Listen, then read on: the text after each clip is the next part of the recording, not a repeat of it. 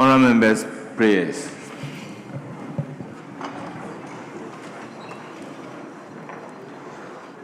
Almighty God, we humbly beseech thee to look with favor upon this Parliament of the Republic of Ghana. Grant that it may perform its high duty as in their sight. Give divine guidance to the President of the Republic. Endow members of Parliament and ministers of state with discernment and vision, integrity and courage, that through the labors of government, this land and people may be well and truly served, and their good purposes for the common human life be realized in our midst. O God, grant us a vision of our country, fair as it might be, a country of righteousness, where none shall wrong his neighbor, a country of plenty, where evil and poverty shall be done away with, a country of brotherhood, where all success shall be founded on service, and honor shall be given to the deserving, a country of peace, where government shall rest on the will of the people and the love for the common good. Bless the effort of those who struggle to make this vision a living reality.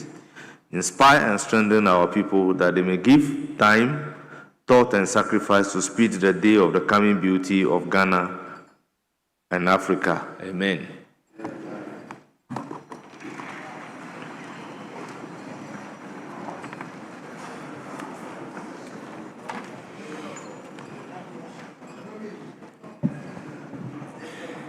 Honourable members, there have been no message from His Excellency the President or formal communication from the Speaker. May we take item number 5, correction of votes and proceedings and official reports. Honourable members, we have vote and proceedings of Tuesday, 3rd March 2026. For correction, page 1, page 2, page 3, page 4, page 5, page 6, page 7. Yes. Thank you very much, Right Honourable Speaker. Speaker, page 7, number 15, and members who were absent. Mr. Speaker, I was very much present in this house yesterday, but I've been marked absent. So if table office can do that, correct. Thank you very much. Table office, can you take notes? Page 8, page 9. Yes, Honourable Chair Samoa. Thank you, Honourable Speaker. This is a minor correction.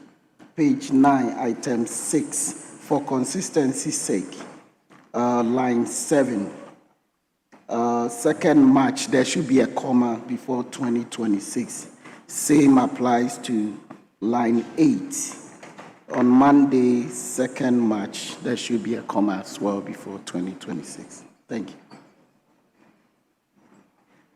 Table office, take notes. Page 10. 11, 12, 13, 14, page 15, page 16. Yes. Speaker, may I humbly take you back to page 10?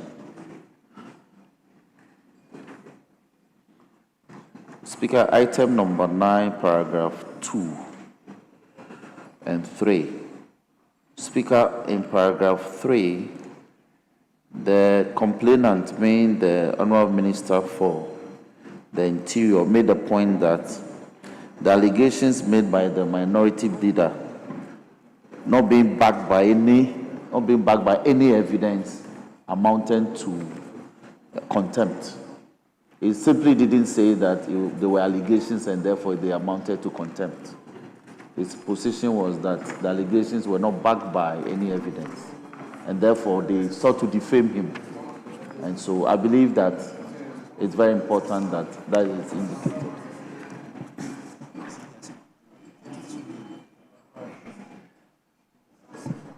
Yes, Honorable Roxon, some of the Hansard will capture the details of that. So we can leave it for the Hansard. Page 15, page 16, 17, page 18, page 19, page 20, page 21, page 22, 20, yes. Right Honorable Speaker, if you may indulge me, on page 22, Committee of Energy, the spelling of energy is wrong. So if table office can take note of. Thank you very much. Table office, kindly take notes. Page 23, page 24, page 25, and 26. Honourable members, the vote and proceedings of Tuesday, 3rd March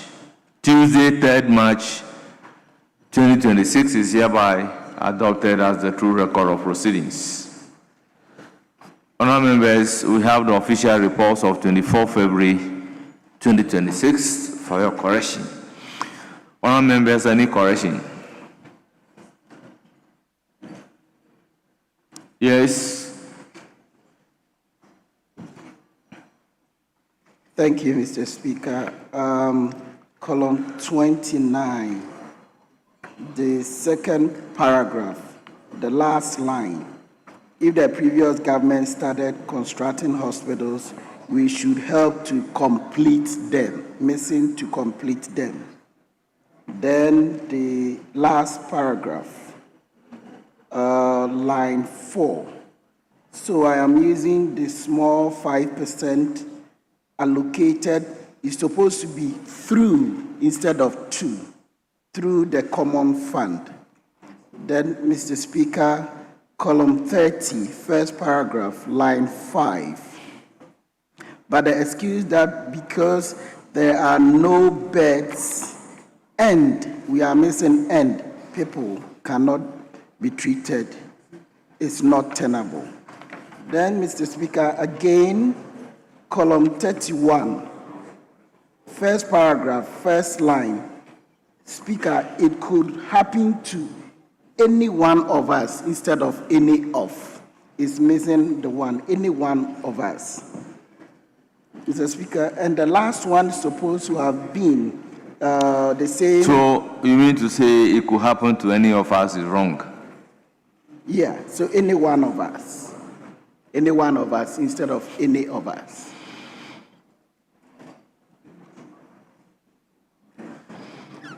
Well, table office, kindly take note and cross-check. Any further correction?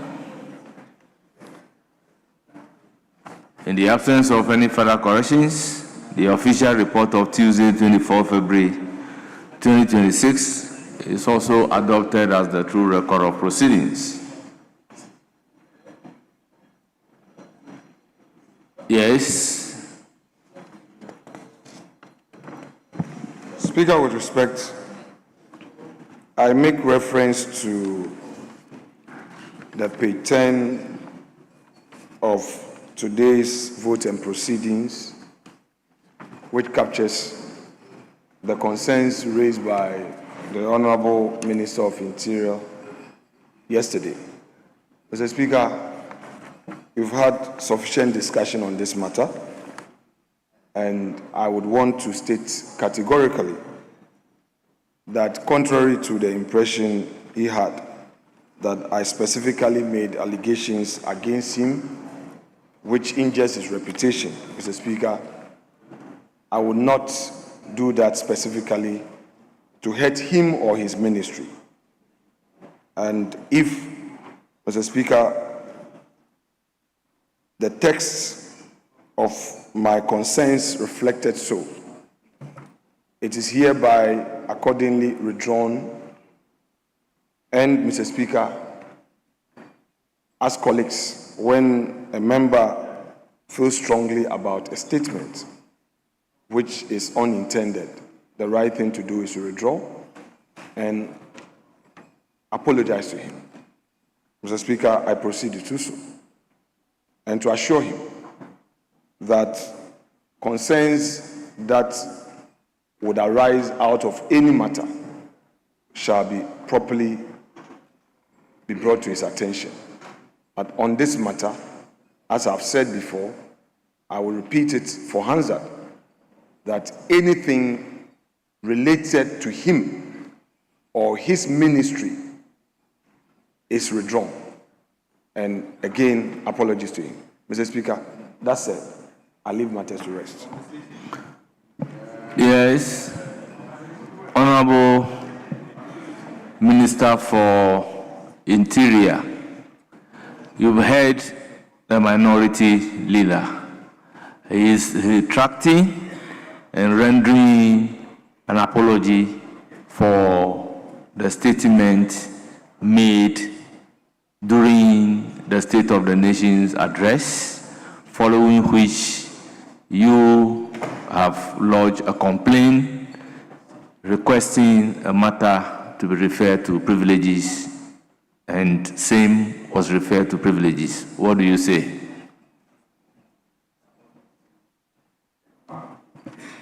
Thank you very much, Mr. Speaker. Mr. Speaker, it is painful to be wrongly accused or your action to be misconstrued and be labeled differently from the intention that you have, especially when it's connoted with criminality and heavy wrongdoing. Mr. Speaker, I've had a great privilege of serving in leadership in this House, probably with a greater respect and with all humility to my colleagues. For those of us sitting in the chamber now, I have served in leadership longer than anybody, and I'll be the last to thwart efforts of leadership in trying to help run this House, except to say that, colleagues, remember most of the times I keep saying, please, let's respect each other. I will be the first to always say that fight for the right thing to be done. Make sure that wrong things are not done.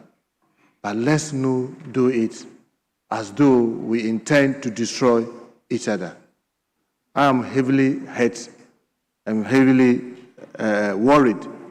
But who am I to say that if a colleague acts using the same spot or the same microphone in the same chamber, now comes back to say he has withdrawn and is apologizing?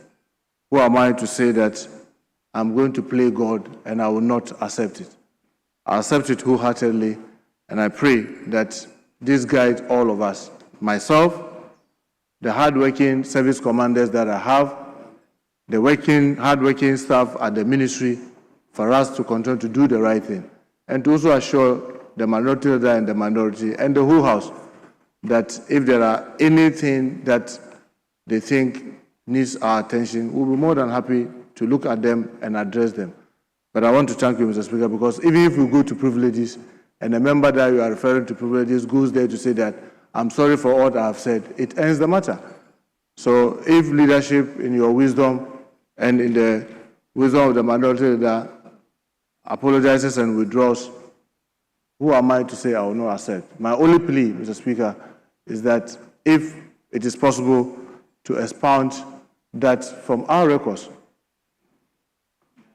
that will be most useful, so that we expound it from our records so that it's like it never existed. And if the debate or the comment made yesterday in any way was also hardship and the House decided that both or all that should be expanded, I think that may do all of us a lot of good. I thank you so much, Mr. Speaker, for the opportunity. Honourable members, following the retraction and apology by the minority leader, of those statements made during the State of the Nation address, and also following the acceptance by the Minister of Interior, I would order that the referral to the Privileges and Immunities Committee for examination, inquiry, and reports is accordingly withdrawn. I will further direct that those words complained about said by the minority leader and complained about by the minority leader is accordingly ordered to be expunged from the record as if it does not exist. By so doing, the matter is put to rest. Yes. Speaker, the Minister of Interior made a further application that his submissions yesterday regarding the complaints and all be also expunged from the record as though they never happened. That was his application. Yes. I'm just drawing your attention. Yes. Yes. That's why I'm directing. Very. That all that you said, that he complained about, together with his complaint, be expunged from the record as if those have not happened. And that clearly put the matter to rest. Yes, Honorable Rashid Pepo. Thank you, Mr. Speaker. Mr. Speaker, first of all, I want to thank leadership for what they have done, where we have gotten to. The challenge that faces, some of us saw it to be a grave one, but where we have gotten to is a great exemplary precedent that can be referred to one day, that when there are challenges and leadership are confronted with an issue, we get to a point when we can resolve it, and that there can be an example of a minority leader accepting a situation of life, circumstances, and gotten to a point when he can say, look, let's resolve this matter. For this reason, Mr. Speaker, I believe that leaving the records on for future references is important, because it's a good precedent, can be referred to, and can be used. So I believe that we can work with it. Mr. Speaker, that's my submission. Very well, very well, very well. I indicated that brings us to the end of that matter. Honourable members, may I have your pleasure to acknowledge the presence of students from Nandom Senior High School, led by Emmanuel Benon, a teacher. They are from Nandom, they numbered 28. Honourable members, we also have students from Pasa DA Junior High School, led by Hamenugid Gosway, assistant headmaster. They are from Nkwanta North, they numbered 26. Honourable members, we also have students from Kwaumai Students Association, led by Rachel Nyakua, president. They are from Praiso, they numbered 35. Honourable members, we also have the presence of Nana Kwaku Bumsam, traditional priest. He is from Ofinsu North. He is also in our midst. Honourable members, I welcome all the students and Nana Kwaku Bonsam to Parliament of Republic of Ghana and urge them to have a fruitful visit to Parliament. Once again, you are warmly welcome. This is your parliament, and you are free to visit, to watch proceedings live. Yes, Majority Whip. Speaker, may I urge that before we deal with matters on the order paper, may I pray that we take on order paper addendum to take items number 1A and B to allow the minister to lay these two papers, Mr. Speaker. Yes. Sorry? Minority side. The application is to take the item, vary order of business to take item numbered 1 on order paper addendum. That's presentation and first reading of bills. Mr. Speaker, on item 1, we have A and B. I don't know which one. Majority Chief Whip. The application is to take both. But Mr. Speaker, we are not in any knowledge of A, but we don't have any problem with B. But the A, there's no engagement on that. So if we can take B whilst we engage, because we never mentioned anything about A.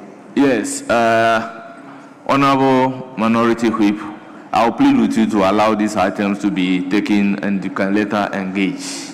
All right, no this problem. This is just an introduction. No problem, Mr. Speaker. But Mr. Speaker, the minister is not here. So I don't know. The application is for the deputy minister to take these items. Mr. Speaker, the deputy minister is the president of the Dog Meat Eaters Association. He's the president of Dog Meat.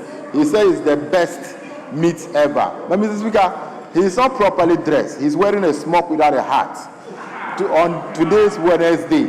And your minister, I wish him a speedy recovery, so knowing that we allow him to do that, Mr. Speaker. Are you also referring to me not to be properly dressed? Because I'm also wearing a smock without a hat. Mr. Speaker, my other eye can see a hat on your smock. My other eye. But for him, I can't see anything. You are again saying my head look like a hat.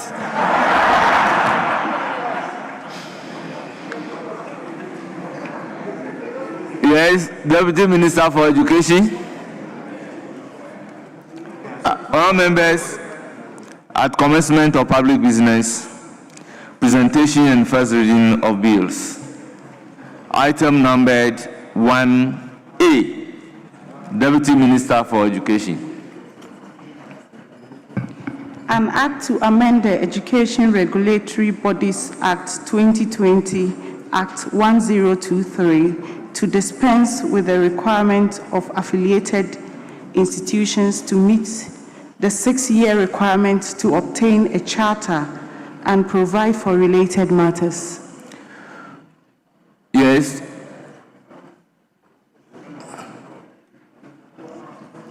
Very well. Honourable members, the Education Regulatory Bodies Amendment Bill 2026 is duly introduced and read for the first time and referred to the Committee on Education for consideration and reports.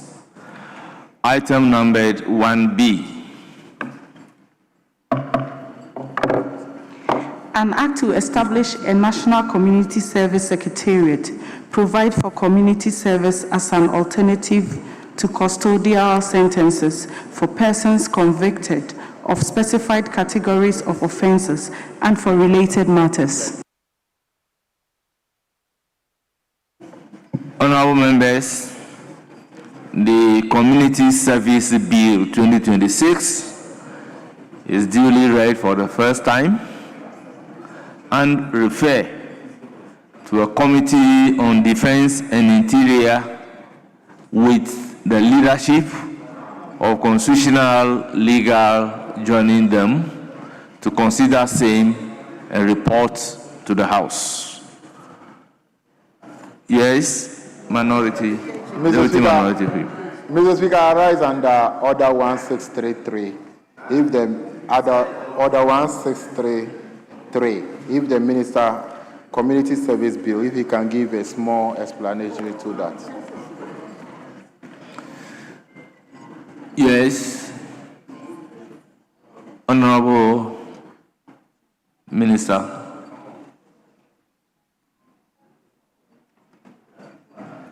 Well, Mr. Speaker, I'm sure that my colleague knows that one of the reasons for this bill is to help us to decongest our prisons and to ensure that people with minor offenses are rather given non-custodial sentencing instead of just caging them and not having the ability to feed and maintain them. So, Mr. Speaker, it's basically to help us set up a framework to ensure that we decongest our prisons and we do not just sentence people for stealing banana and plantain, but rather get them to do community service that will enhance community unity and prevent repetition of minor offenses just being in the prison. Thank you, Mr. Speaker.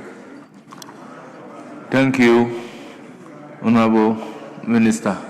Yes, Majority Chief Whip. Speaker, may we take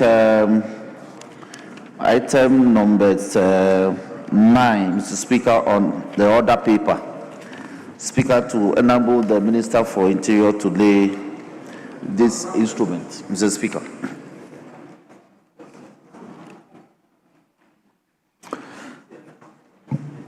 Honourable members, item numbered 9.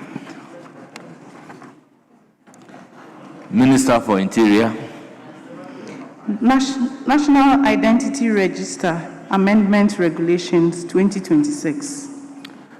Honourable members, the regulation is duly introduced and it is referred to a committee on subsidiary legislation for consideration and reports.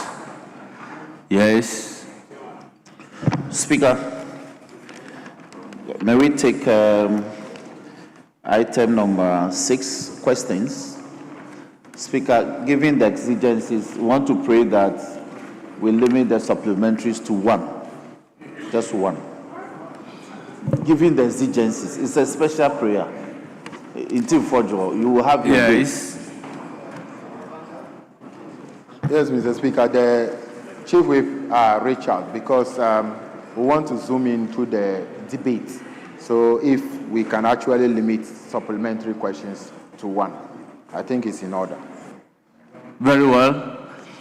Honourable members, the Minister responsible for Interior is scheduled to answer questions. He is now walking towards the designated seat.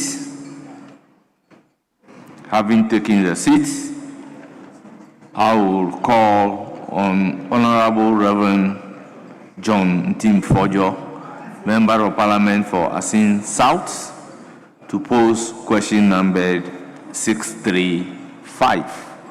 Honourable Member, you have the floor. Thank you, Right Honourable Speaker. I rise to ask the Minister for the Interior the total number of Ghanaians who became refugees in Ivory Coast and Burkina Faso during the Bunyiri conflicts and the plans of the ministry to relocate them back to Ghana. Yes, Honourable Minister. Thank you, Mr. Speaker. Mr. Speaker, about 10,332 persons from Jimri in the Sola Tuna Kalba district sought refuge in Côte d'Ivoire. Mr. Speaker, I just want to make an amendment in Burkina Faso at the height of the conflict around villages in Brifo in Bouakane region. On the report of returnees, so far, all those who fled various communities in the Sola Tuna Kalba district have since returned home. Thank you, Mr. Speaker. Yes. Your one supplementary question. Mr. Speaker, when was the date of the last batch of the returnees? Yes, Honourable Minister. Mr. Speaker, we worked so hard so that the camps that were set up on the other side, on the Burkina Faso side, was closed down by the 30th of December 2025. meaning that that's when we were sure that everybody who wanted to return had returned and they were no longer living as refugees. In Burkina Faso, the same.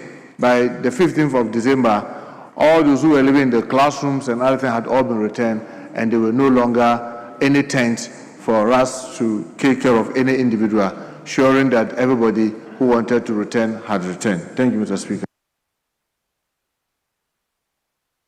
Our members, let's move to question number 636, also standing in the name of Reverend John Tim Fojo. Right Honorable Speaker, I rise to ask the Minister for Interior the total number of victims displaced during the Benjuri conflicts and what steps the ministry is taking to restore the displaced victims to their homes. Yes, Honorable Minister.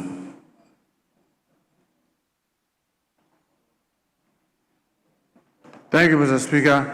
Mr. Speaker, a significant number of about 37,719 victims were internally displaced, fled their homes for fear of being attacked, and sought refuge in Sola and Tuna Kalba communities. Mr. Speaker, through facilitation, dialogue among factions, all victims have since returned home. Thank you, Mr. Speaker. Any supplementary? Mr. Speaker, media reports which were widely available on TV indicated the burning of homes, thousands of homes. So these returnees, which shelter and alternative accommodation were facilitated by the states for their reintegration, owing to the fact that we all saw how their houses were burnt for which they were displaced. And also from the precedent set when Jamaica had such a similar distress situation, this country, led by the state, carried resources to go and rebuild, help in the reconstruction. Honorable Member, you are offending Order 88.7. I'm guided, Mr. Speaker. So in that same principle, what reconstruction efforts were done in Benjuri that aided the returnees back home? Please ask specific question with the way you wind it up. Yeah, Mr. Speaker, so what steps were taken to rebuild shelters and homes for the displaced victims? Your question is not about building homes. Mr. Speaker, I'm asking because they have returned home and their homes were burnt for which they were displaced. They were displaced because their homes were burnt. So if the minister is saying they have returned home, which homes and which shelter were provided for them to aid their reintegration back to their homes?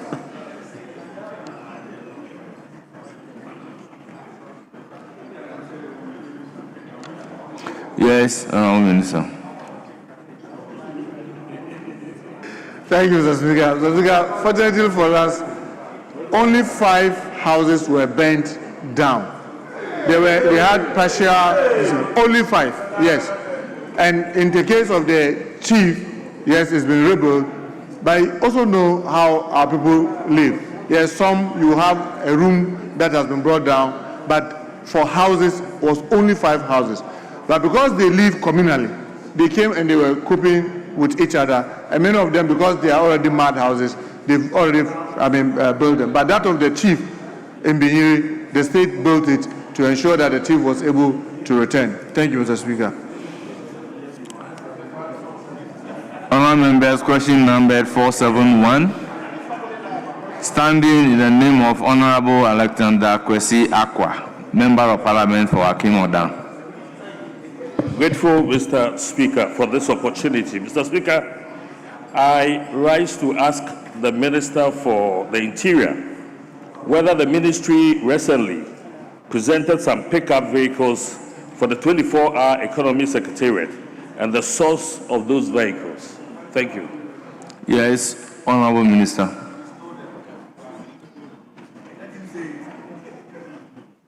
Mr. Speaker, the Minister of Interior has not presented or donated any pickup vehicle to 24-hour Economy Secretariat. Thank you, Mr. Speaker. Yes, any supplementary question? Thank you very much. Let's move to question number 569, standing in the name of Honorable Akwesi Jemfi Onyina Achampong, Member of Parliament for Koabre East. Thank you, Mr. Speaker. I rise to ask the Minister for Interior how the ministry intends to monitor and evaluate the effectiveness of the new Independent Police Complaints Commission in rebuilding public trust and enhancing police professionalism. Thank you. Yes, Honorable Minister. Thank you, Mr. Speaker. Mr. Speaker, the Minister of Interior currently is at Cabinet with a Cabinet memo towards the possible establishment of an independent police complaint commission to strengthen accountability and rebuild public trust in policing. The Cabinet report will guide the design, mandate, and monitoring framework of the proposed commission to ensure it complements the existing police professional standard bureau. When established, its effectiveness will be assessed through periodic performance review, public perception survey, and stakeholder consultation aimed at enhancing police professionalism and transparency. Thank you, Mr. Speaker. Yes, any supplementary? Yes, Mr. Speaker. Mr. Speaker, I'd like to ask the Minister, what were some of the challenges? Can he outline some of the challenges that the existing police complaint process had that warranted the establishment of this independent commission? Honourable Member, your question is how they intend to monitor and evaluate the effectiveness. The question never mentioned any challenges. The answer did not also mention any challenges. So this cannot be a supplementary question. Mr. Speaker, I got the supplementary from his answer, and I wanted to know what is warranting this independent establishment of this new independent. What is warranting what? The establishment of an independent commission. If the process was not flawed, why change it? So I wanted to know what were the challenges with the system that he is proposing the establishment of an. But did the minister mention any challenges? He even indicated that they are at cabinet. Is that not what you said? So something that is in cabinet, how could there be challenges? Because I listened to the minister in his answer. Mr. Speaker, definitely if for there to be a solution, there has to be a problem. That's why I asked. But I believe it is only when it comes to implementation that there will be challenges. So I do not know where the question is coming from. In the absence of any further question, we'll move to question number 570. Standing in the name of Honorable Akwesi Jemfi Onyina Achampong, Member of Parliament for Koabre East. You have the floor to ask question number 570. Thank you, Mr. Speaker. I rise to ask the Minister for Interior what specific actions have been implemented so far by the Ghana Police Service in investigating the violence that occurred during the rerun of the parliamentary elections in Ablikuma North constituency. Thank you. Yes, Honorable Minister. Thank you, Mr. Speaker. Mr. Speaker, following the unfortunate incident of violence during the rerun of the parliamentary election in the Ablikuma North constituency, the Ghana Police swiftly commenced investigations to identify and prosecute all persons involved. Several suspects were arrested and prosecutions are currently ongoing in respect of those found culpable. In addition, Mr. Speaker, the incident involving police officer and a journalist during the election has been referred to the Police Professional Standard Bureau as part of the internal disciplinary processes. Appropriate sanctions will be applied upon the conclusion of the investigation in line with police disciplinary regulations. Thank you, Mr. Speaker. Yes, any supplementary question? Mr. Speaker, does the Minister have any timelines towards the investigation? Yes, Honorable Minister, anytime now. Mr. Speaker, with those in court, as you may know, we will not be able to give time as to when the court will finish the prosecution because they have to defend themselves, we have to present witnesses, so that is pending. With regards to the internal, which has to do with the police officer, yes, I'm sure that by the end of this quarter, the police should be able to report to us whether they are done with their investigation or not. Thank you, Mr. Speaker. Other members, on your behalf, I thank the Minister responsible for Interior for attending upon the House to respond to questions scheduled for him. Honorable Minister, thank you for coming. We are most grateful to you.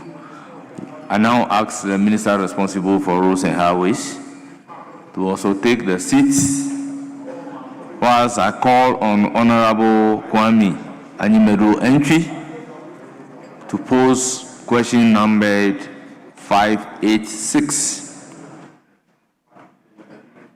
Thank you, Mr. Speaker. Mr. Speaker, I rise to ask the Minister for Roads and Highways when Konongo Roads would be completed. Yes, Honorable Minister.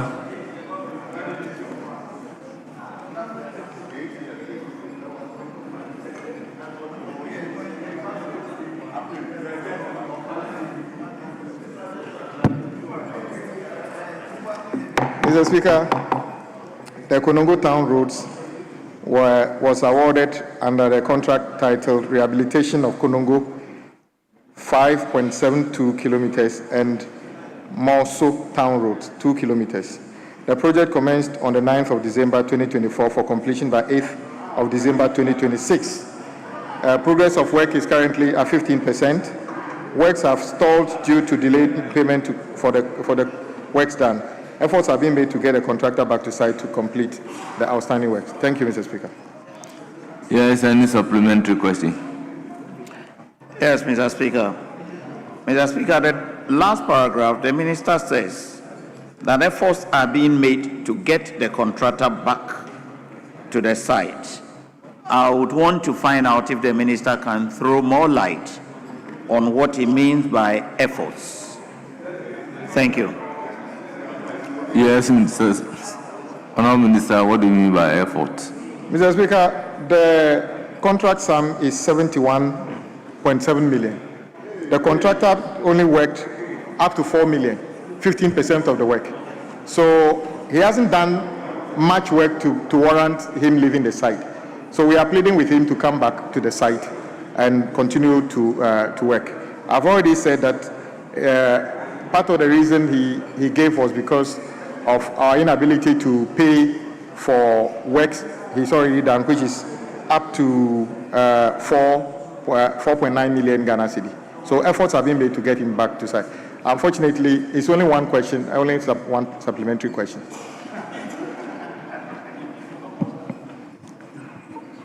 Honourable Member, I don't think we are ready to breach the agreement reached by the House. Mr. Speaker, if you would allow me, I want to give some information to the Minister. While you can see the Minister I will not outside, ask the question. please, you can see the Minister outside and give him the information. I call on Honourable Dr. Zaneto Ajiman Rollins to pose the question number 663.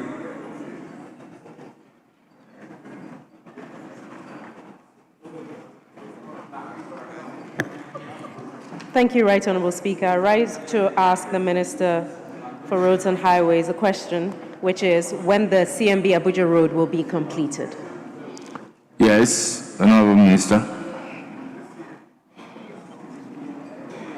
Mr. Speaker, the Korle Klottey is one of the 29 assemblies in the Greater Accra region, with Osu as its capital. The Department of Urban Road awarded the heavily deteriorated 550 meters section of the 800 CMB to Abuja Road.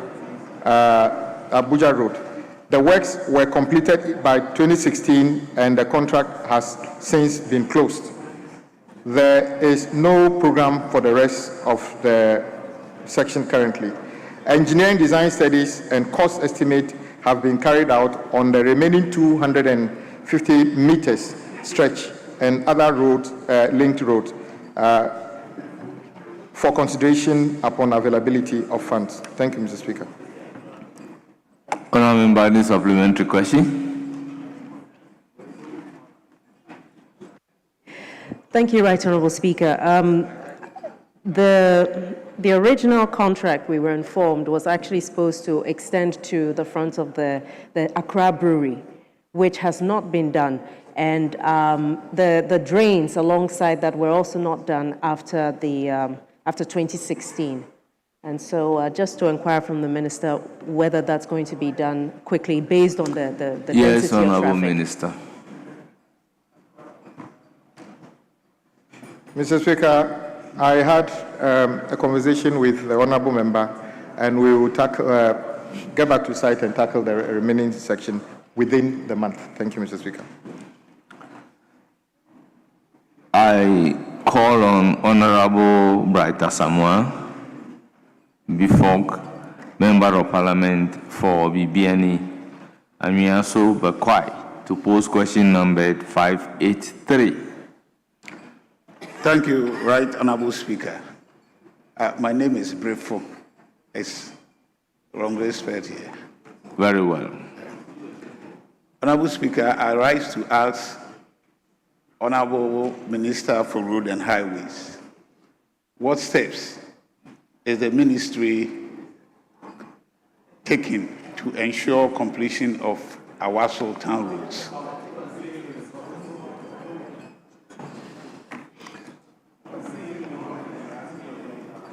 Yes, Honourable Minister.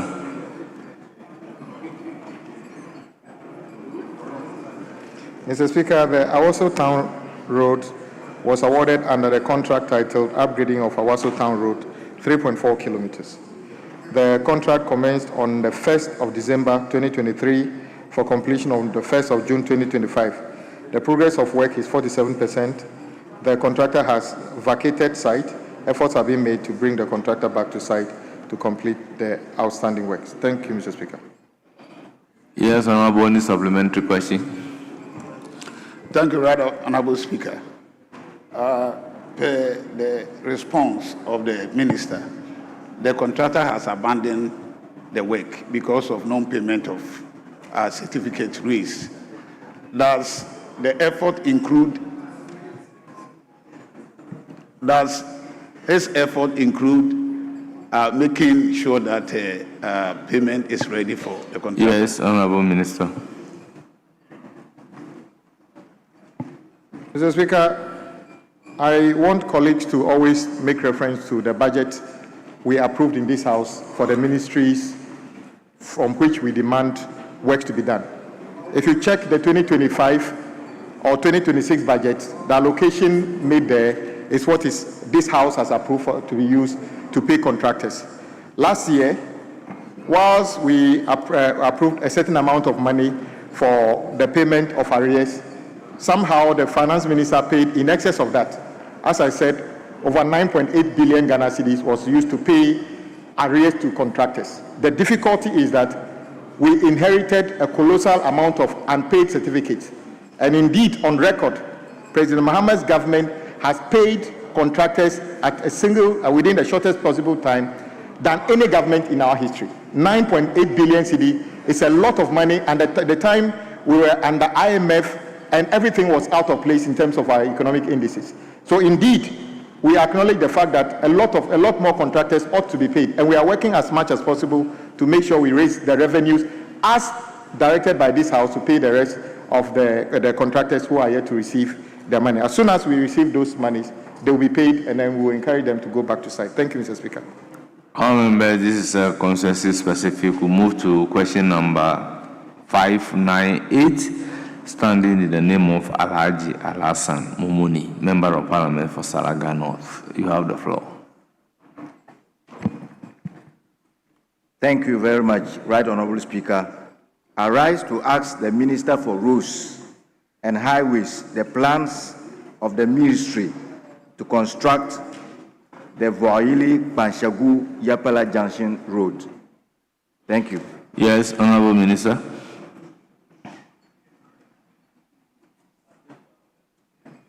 Mr. Speaker, the Yapala-Pashegu Road section, the section has been awarded under contract upgrading of Panshegu Junction to Panshegu Feeder Road, 15 kilometers. The contract commenced on the 13th of November 2024 for completion by 13th of November 2026. The progress of work is currently 20%. The contractor is currently not on site and works have stalled. Efforts have been made to bring the contractor back to site to complete the outstanding works.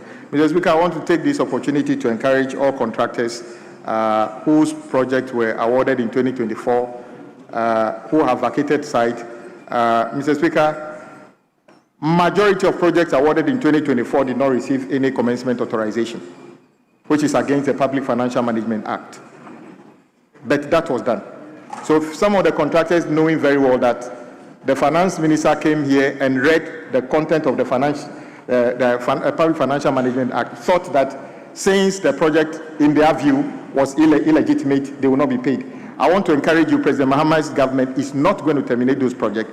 Go back to site and work. We shall regularize all those projects so that you will be paid when you carry out the work. But it is also important that government should avoid illegitimacy by awarding projects when you do not have commencement authorization for those works. So we should all learn from that. If you don't have authorization, you cannot. These laws are laws we passed. In fact, Mr. Speaker, one of the projects even was awarded in the constituency of the former finance minister, even also without a commencement authorization.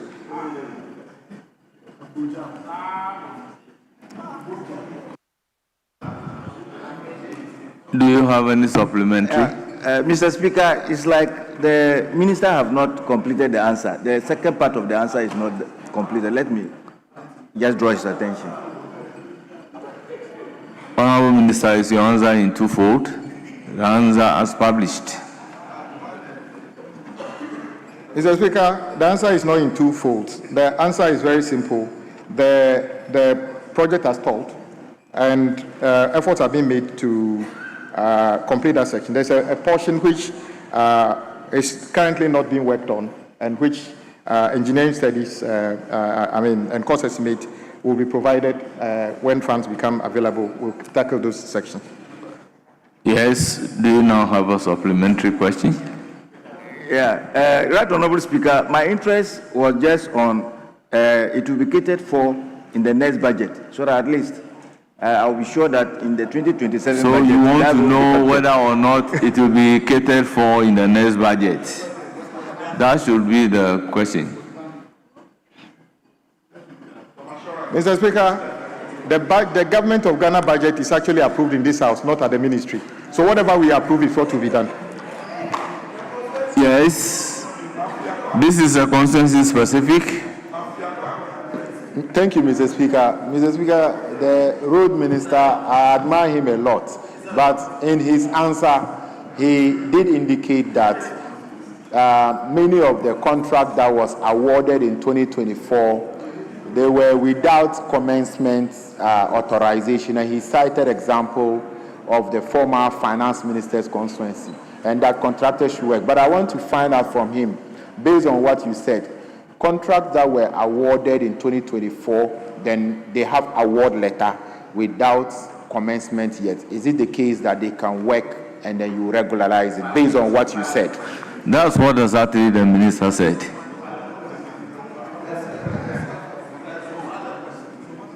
Mr. Speaker, my good friend asked this question because of a specific interest he's got. I am saying that those contractors who are already on site working, we have the data. However, some contractors also got their award letters without commencement authorization after the election. Some of them didn't go to site. If you haven't gone to site yet, please contact the agency before you go back to site, because you have opportunity now to make sure that that project is properly captured within the budget of this house, approved in this house before you go to site. But we are talking about those who have already been on site, work 47%, 50%. I believe President Mohammed's directive is that don't stop working, continue working. We shall regularize your contract. But if you haven't started work, it means that you haven't done anything. Please contact the agency that gave you the contract before you take any further action. Honourable members, on this note, on your behalf, I thank the Minister for Roads and Highways for attending upon the House to respond to all these questions. Honourable Minister, thank you sincerely. You are hereby discharged. Honourable members, statement time is ended. Yes. Speaker, the agreement is that we'll take motion number 10 so that we continue with the debate, Mr. Speaker, on the SONA. Thank you. Honourable members, continuation of the debate.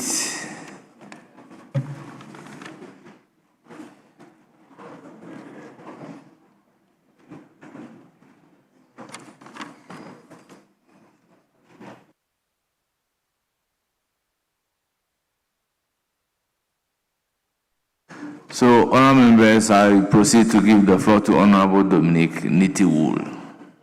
You are speaking for 10 minutes. All right. Thank you, Mr. Speaker. Mr. Speaker, I thank you for the opportunity to contribute to the motion and to thank the President for coming to do his constitutional duty. But, Mr. President, Mr. Speaker, maybe it's your prophecy for 2040. 2 terms after. Honourable Nitiwul, don't give me problems. Mr. Speaker, Mr. President spoke of some arrears that were left with the military because of CI 129. I just want to state that that is not correct. Mr. Speaker, we did not leave any arrears. We actually brought in the new CI to correct an imbalance that we observed when we came into power. We realized that the military had very bad conditions of service. In fact, they were one of the worst of the entire security agencies. So we corrected it. And because of that, a lot of them, their salary levels were brought to the level of many other security agencies. In addition to that, we added 5 years to their length of service. Ordinarily, a military man who entered at 20 years was to retire compulsorily at 45 years. But now, that same military man will retire at 50 years because we added another 5 years. So the 1995 group that was to retire in 2020 had 5 years added to their years, Mr. Speaker. And so we did not leave any arrears because we could not have budgeted for people who were to retire in 2025. They were to retire in 2020, but because we added them 5 years, they will now retire 2025. And in Ghanaian way of budgeting through this house, we cannot be putting money down for their end of gratuity in 5 years' time. So we were not leaving any arrears. Arrears is accrued when you owe somebody, the payment is due, and you refuse to pay, or you don't have the resources to pay. But this time, it's not like that. Because we added the 5 years, their condition of service was enhanced. And because it was enhanced, Mr. Speaker, the gratuity became big. Together, the 3,000 people now government had to look for an extra 1 billion cedis to pay them because their condition of service was enhanced, but it is not arrears. The new government was to budget for them in 2025 budget, but the government decided that they will pay them the old rate using the old CI, and the military people rejected it. So I called Atu, the finance minister, and advised him that, look, you have to pay them the new rate because the old CI is no more. So you have to pay them using the new CI. And now they've promised to resolve the problem. So I just want to state that there is nothing like arrears. We have never set up any arrears. Mr. Speaker, the second one has to do with prices of food and other agricultural products. Mr. Speaker, the bulk of our people, close to 70% or more, are involved in agriculture. Mr. Speaker, that is basically the truth. There are other farmers, or they sell or they are the middlemen, or they are within the chain of agriculture services. Mr. Speaker, the 5 ingredients that would allow a farmer to produce a bag of maize, or produce yam, or produce cassava, or produce rice, have all gone up. So tractor services, Mr. Speaker, have gone up for the farmers. Yes, per acre has gone up everywhere in Ghana. 2, the price of the transportation of taking foodstuff from the farm gate to the market has gone up. 3, Mr. Speaker, fertilizer has gone up during the Akufo-Addo time and now it has gone up. And 4, chemicals has gone up. And 5, what we call labor, our people call it by day, has all gone up. So all the 5 ingredients have all gone up. Unfortunately, Mr. Speaker, the prices of foodstuff has slumped. So the farmer is the one who is suffering. If, Mr. Speaker, the government has decided to reduce tractor services, to reduce the fertilizer, to reduce transportation for the farmer, to reduce chemicals and labor, I would have clapped for the government. But unfortunately, Mr. Speaker, it is not the case. So today, a farmer who wanted to buy the Hajo motorbike, you know the Hajo motorbike, where they used to go to farm, he needed, it was 17,000. That motorbike was 17,000 Ghana cedi during the Akufo-Addo time. That farmer needed 17 bags of rice. Today, the same farmer needs 50 bags of rice. Yes. Mr. Speaker, the young farmer who was buying what we call supply, there's a type of yam that is because of the size, they call it supply. That farmer needed 3,000, that farmer needed 1,000 bags, 1,000 tubers of yam to buy the Hajo motorbike. Today, that same farmer needs close to 3,000 or 4,000 tubers of the same piece of yam to buy. Mr. Speaker, that cassava farmer, the cassava farmer who needed only 17 bags to buy that same Hajo motorbikes, that same cassava farmer had to produce 150 bags to buy that same Hajo motorbike. Mr. Speaker, the farmers of this country are suffering. The Hajo motorbike today is 15,000 cedis. From 17 is 15,000 cedis. The farmers are suffering. What crime have the farmers done? What crime have they done? They cannot roof their houses. They cannot buy Hajo motorbike. They cannot buy tricycles. They cannot, Mr. Speaker, they are really, really suffering. Why is the government doing this to the farmers? Why? You are all children of farmers. Why are you doing this to them? Why are you punishing your brothers? Why are you punishing your uncles? Why are you punishing your fathers? Pay the poor farmers. Let the farmers survive. They cannot breathe. Farmers cannot breathe. Let farmers survive. Mr. Speaker, there is something called Kama. I came here in 2022, Mr. Speaker, to say that Ghana needs a strategic airlift that can lift at least 50 people or 100 people. That could also serve as a presidential jet, if we call it that way. The foreign minister today was the one who went against it. He led a revolution. He led a revolution against it. Yes. In fact, he literally mobilized people. They lied on me. They lied on the president. Said all manner of things. Mr. Speaker, today we have a problem in the Gulf that we need to evacuate Ghanaians. What are we going to use to evacuate them? What are we going to use? Now today you have to evacuate Ghanaians. You are quiet. You cannot more talk about evacuation. When are you bringing Ghanaians home? When are you bringing Ghanaians home? I am saying to you that because of the bad things you said, today Ghanaians, our hands are tied. We have a lot of our citizens in Qatar, in Saudi, in Dubai, including you people, including government appointees. They are locked up in Dubai. Mr. Speaker, government should come and brief this house when they will bring Ghanaians home. How they are going to bring Ghanaians home? What will be the cost of bringing Ghanaians home? Mr. Speaker, Kama has caught up with Okujoto and the NDC. Kama has caught, if we had that aircraft, because that aircraft would have been here. That aircraft would have been here. We could have used that aircraft to go to Dubai and bring our people home. We could have used that aircraft to go to Qatar and bring our people home. We could have used that aircraft to go to Saudi and bring our people home. Today, you have no aircraft. Ghana has not one good aircraft that can do that. You have decided to rather go and purchase an aircraft for only the president. You are purchasing an aircraft that can take only 16 people. 16 people. That's what you did. We were looking at an aircraft that could bring at least 50 to 100 people. Today, you have gone to purchase an aircraft that can bring only 16 people. Only the president can use it. Why are you doing this to Ghanaians? Why are you doing this to Ghanaians? For your comfort. Today, Ghanaians are stranded in Dubai. They are stranded in Dubai. They are stranded in Saudi.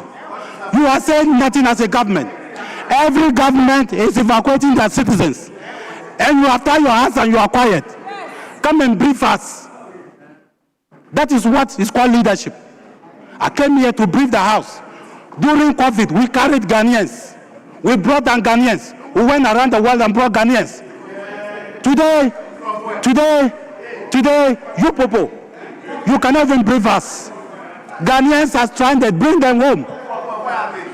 But let me conclude, Mr. Speaker. I want to conclude by saying that we have paper economy and the economy in the pocket. What the president came to reach is paper economy to make you people happy. But the economy in the pocket is very dry. Very.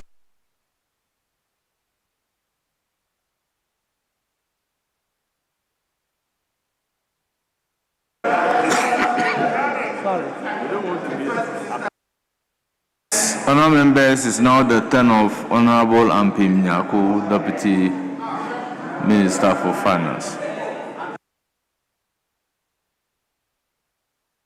You are speaking for 10 minutes. Thank you, Mr. Speaker. Mr. Speaker, I want to join honourable members who have earlier spoken to thank His Excellency President Mahama for coming to the House to deliver the state of the nation.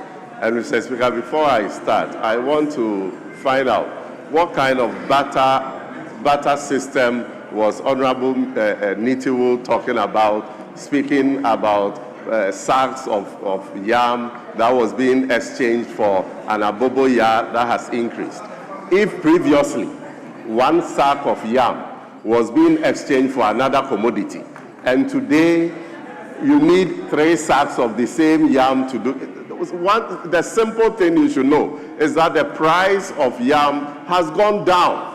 This is vindicating our position that things are cheaper. Food is cheaper today than it was during the time that you are talking about. Mr. Speaker, if you were a former president or a former vice president and you superintended over an economy that almost collapsed, and you have your successor delivering a State of the Nation address only 1 year after you handed over, and is going to talk about a marked improvement in the economy, would you be bold to come and sit in the same hall and listen to him humiliate you? No, I wouldn't do that, and you wouldn't do it. That is why the former president and his vice were conspicuously missing in on such an important occasion to come and listen to the State of the Nation address. But Mr. Speaker, to better appreciate the current state of our economy and the enormous work that has gone into bringing the economy to this state, it is important that we remind ourselves of what President Mahama inherited. President Mahama inherited an economy at a high risk of debt distress. In fact, in 2022, his predecessor had announced a debt default. He had told the whole world that we owe you, but we can't pay. That followed with the painful debt restructuring, with the painful haircut that you are all familiar with, Mr. Speaker, and a subsequent IMF program. But Mr. Speaker, by 2024 December, when the new administration took over, the IMF program had derailed. We had missed major targets under the fund program. Inflation target had been missed. In fact, the inflation target for end year 2024 was 18%. We missed it by more than 5.8%. We ended 2024 with an inflation of as high as 23.8%. Mr. Speaker, net change in payables, which was supposed to be zero, had also been missed. We had accumulated arrears, central government and energy sector arrears in excess of 45.6 billion cedis. So clearly the IMF program had derailed. It had to take President Mahama, his finance minister Atuforsen, and the team a bold fiscal consolidation measures to ensure that we bring the fund program back on track. And we did this with 3 strong pillars: expenditure rationalization, enhanced revenue mobilization, and prudent debt management. Mr. Speaker, for the first time under the fund program, and for the first time in recent history of this economy, we actually achieved key targets ahead of schedule. Debt to GDP criteria, which was to be achieved by 2034, was achieved at the end of 2025. We achieved debt to GDP ratio of 45.3% ahead of time. Mr. Speaker, inflation target for 2025 was 8%. We ended the year 2025 with an inflation of 5.4%. When you were running around the country shouting, "It is possible, it is possible," did you think that this was possible? Mr. Speaker, for the first time, we ended the year without accumulating any arrears at all. Mr. Speaker, it is not only inflation that has reduced consistently over the last 13 months. Interest rates have also followed the same downward trend. The 91-day Treasury bill rate declined significantly from your 27.7% to the current rate. In fact, we ended the year at 5.3%. Today, Statistical Service has announced a new inflation rate of 3.3%. Mr. Speaker, the policy rate has also gone down significantly, currently at 15.5%. With inflation consistently going down, we know that the policy rate is also going to reduce. The Ghana reference rate has also declined from 29.3% under you to 11.7% today. So today, Mr. Speaker, instead of government borrowing and crowding out private investors, we have taken a policy decision to crowd in private investment. Mr. Speaker, today, people are able to borrow at 11%, 10%. During your tenure, banks were lending at 40%. What business can you borrow at 40% and be able to pay interest and make profit apart from selling cocaine? What business can you do?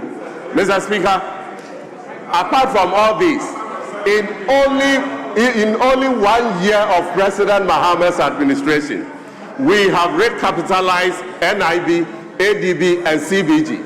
For us, our policy is that we would rather spend to save banks than spend to collapse them. That is why I've been advising you, my sister Abdul Seyasare, Steka, and Dr. Amin Anta, that begin a process to unlearn everything Kanuforiata taught you and come and learn under the maverick Dr. Atuforsen in your own interest.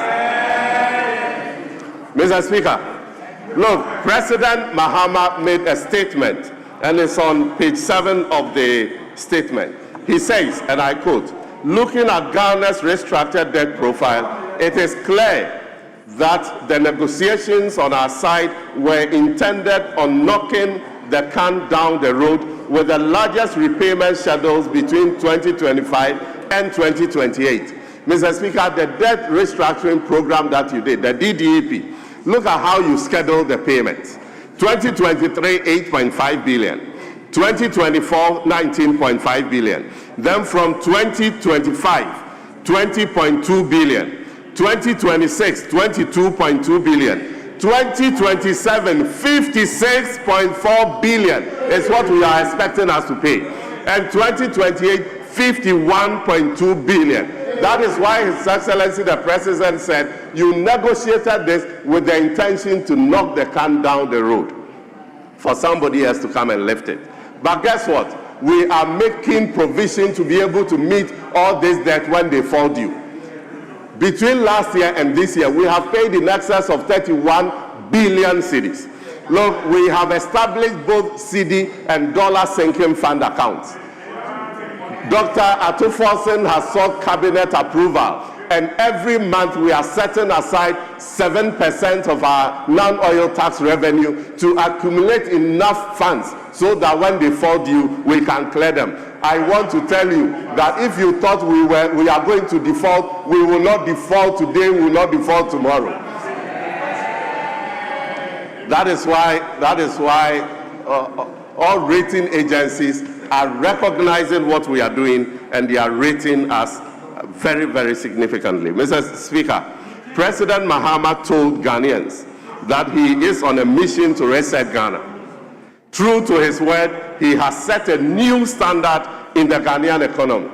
Mr. Speaker, today the new norm is a shift away from yesterday's volatile exchange rate to today's strong and stable cedi. Mr. Speaker, today President Mahama has set a new standard. Inflation that was high is now at a single digit, and we are sustaining it at a single digit. The new standard, the new norm, the economic reset is to make sure that our debt is sustainable. The norm is to move away from yesterday's indiscipline to today's disciplined economic management.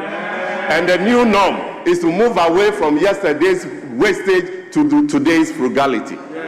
Mr. Speaker, I heard the minority saying that will we eat macroeconomic indicators? And I want to say to him that yes, we eat macroeconomic indicators. That is why when a sack of maize was 1,600 under your regime, today it is 800 cedis. We eat macroeconomic indicators. We eat macroeconomic indicators. That is why Honorable member, your time is up. It's now the time of Honorable Davis Opoku Ansa.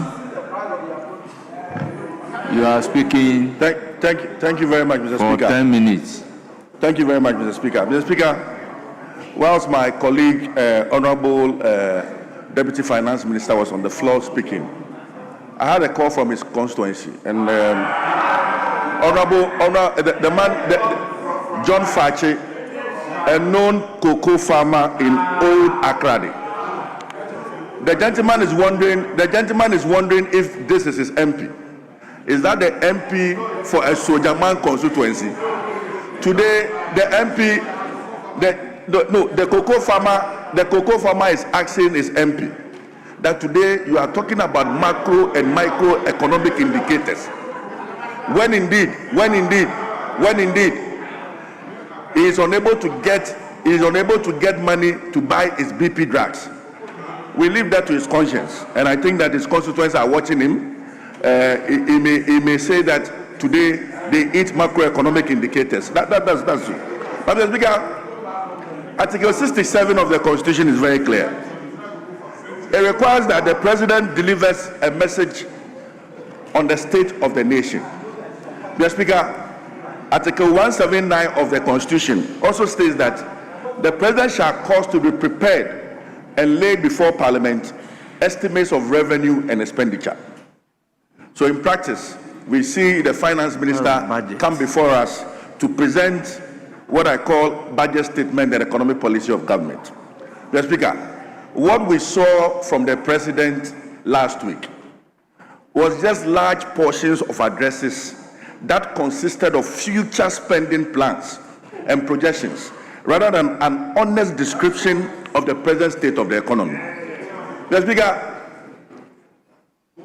why the State of the Nation address is important is that the Ghanaian person, the Ghanaian people, the young man sitting in Impriso, the young man in Esojaman, wants to know the current state of affairs in this country. He wants to know why Dumso is on the rise. He wants to know why cocoa prices have been slashed. He wants to know why the ordinary cocoa farmer is unable to even get his money.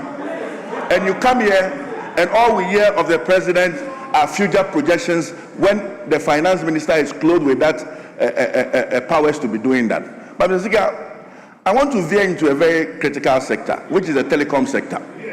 Mr. Speaker, the silence of the government, and for that matter, the president, on the activities of 80, formerly Airtel to Go, is quite worrying. Mr. Speaker, as we speak, we have about 300 employees of 80's job on the line. We have about 3.3 million Ghanaians whose network is on 80, wondering what next for them. Mr. Speaker, it's been near 2 years of this government. They've said nothing about 80. The people of 80 do not know their fate, and I think it's important that something is said about it. Are you laying them off? Are we allowing 80 to collapse? What is government strategic plan for 80? What is the ministry strategic plan for 80? And this is what the Ghanaian people wanted the president to say. Mr. Speaker, indeed, 80 commands about 8 million of the subscriber shares and 8% of the subscriber shares in this country. And if you want to allow this strategic partner, strategic investment just to go off, Mr. Speaker, I think it's worrying. And we urge the Ministry of Communication, for that matter, the government, to come clean on it. We want a clear direction on 80. In fact, young workers at 80 are wondering what is next for them in the next 3 months. If something is not done on 80, Mr. Speaker, the company is going to collapse. Are we going to watch this company collapse in this era? I think it's something that the government must take serious. Mr. Speaker, the president, in delivering his speech, talked about the 1 million coders program. Mr. Speaker, what is a bit intriguing about the 1 million coders program is that it seems to be a flagship program of the John Mahama administration. But even funding for the 1 million coders program have been problematic. And I'm happy that the Deputy Finance Minister is here. Mr. Speaker, last year, Cabinet had to cause National Communications Authority to fund the purchase of computers under the 1 million coders program. And Mr. Speaker, this is a clear violation of Public Financial Management Act. Cabinet, and for that matter, the president, cannot cause an institution of state to fund another institution of faith when it's not budgeted for. And I think that is something that should not be encouraged. What is a bit more worrying is that the Ministry of Communication intends to purchase one computer for 14,000 Ghana cedis. If you look at the projections, today a laptop is going to be purchased for 140 million under His Excellency John Dramani Mahama's administration. 140 million under His Excellency John Dramani Mahama's administration. We are wondering what proper procurement measures were put in place to ensure that there's value for money. One, you are violating the Public Financial Management Act. Two, you are overpricing prices. In fact, Mr. Speaker, just a trip to Osu here will indicate that a high-end computer that should be used for coding should not cost more than 10,000 Ghana cedis. But today, when the ministry intends to purchase over 2,000 pieces of computer, they are purchasing one for 14,000 Ghana cedis, 140 million. Mr. Speaker, if this is not chop, then I'm wondering how much is my phone? How much is the computer? Mr. Speaker, so clearly, you see that this government is engaged in chop, for want of word. That people are creating avenues to just milk the state. People are creating avenues to just, for want of word, pickpocket the ordinary Ghanaian on this country. And Mr. Speaker, it's important that we bring this to the attention of the Ghanaian. The Ghanaian people who have lost their jobs at the National Communications Authority want to know their fate. the Ghanaian people who have lost their jobs at Ghana Post want to know their fate. The Ghanaian people who have lost their jobs and today are sitting in houses want to know their fate. That is the current state of the economy, and not coming to tell us projections, of things that you want to do. The current state is that the Ghanaian people are crying. The Deputy Finance Minister said that today yam is cheap, and so we should take it like that.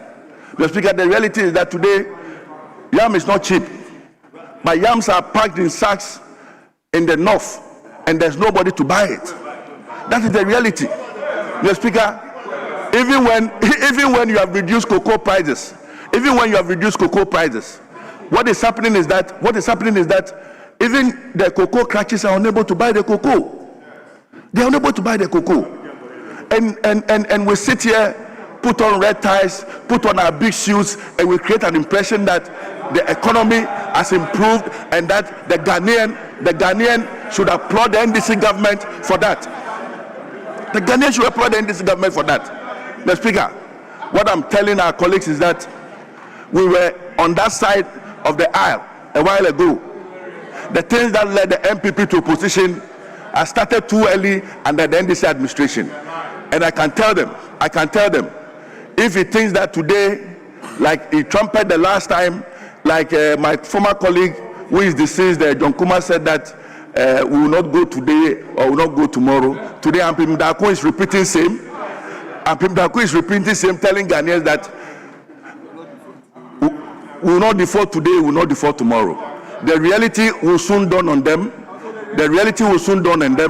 And they will realize that the Ghanaian has the power to change things in this country. Mr. Speaker, we are suffering. The ordinary man on the streets of Impriso is suffering. There's no jobs. There are no jobs. In fact, the cocoa farmer cannot buy his BP drugs. The cocoa farmer cannot pay school fees. The cocoa farmer cannot even afford 3 square meals. And you sit here to talk about macro and microeconomic indicators. We leave that to your judgment, and we know that the Ghanaian will be vindicated very soon in this country. Thank you very much, Mr. Speaker, for this opportunity. Honourable members, Second Deputy Speaker should take the chair whilst I give the floor to Honourable Dr. Jasau Seidu Godfred. You are speaking for 10 minutes.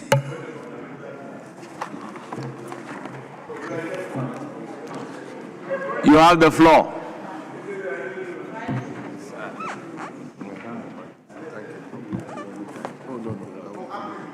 Mr. Speaker, thank you so much for the opportunity to contribute to comment on the message from the President on the state of the nation. Mr. Speaker, I keep wondering when my colleagues actually left government. Mr. Speaker, I didn't know that OPK had become a stammerer. I didn't know at all. Mr. Speaker, I've also observed that everything said today so far from the other side have had some mixtures of cocoa. So everything is about cocoa. Mr. Speaker, but the issues about the cocoa subsector is clear. Whether you cook it, you fry it, you boil it, whatever you do, the issue is clear. That Cocoa Board has bought majority of the quantities of cocoa produced in this country. And it has bought it at a price that the farmers are happy with. Mr. Speaker, and that the quantity left is estimated at about 70,000 metric tons. And that is responding to world price of cocoa.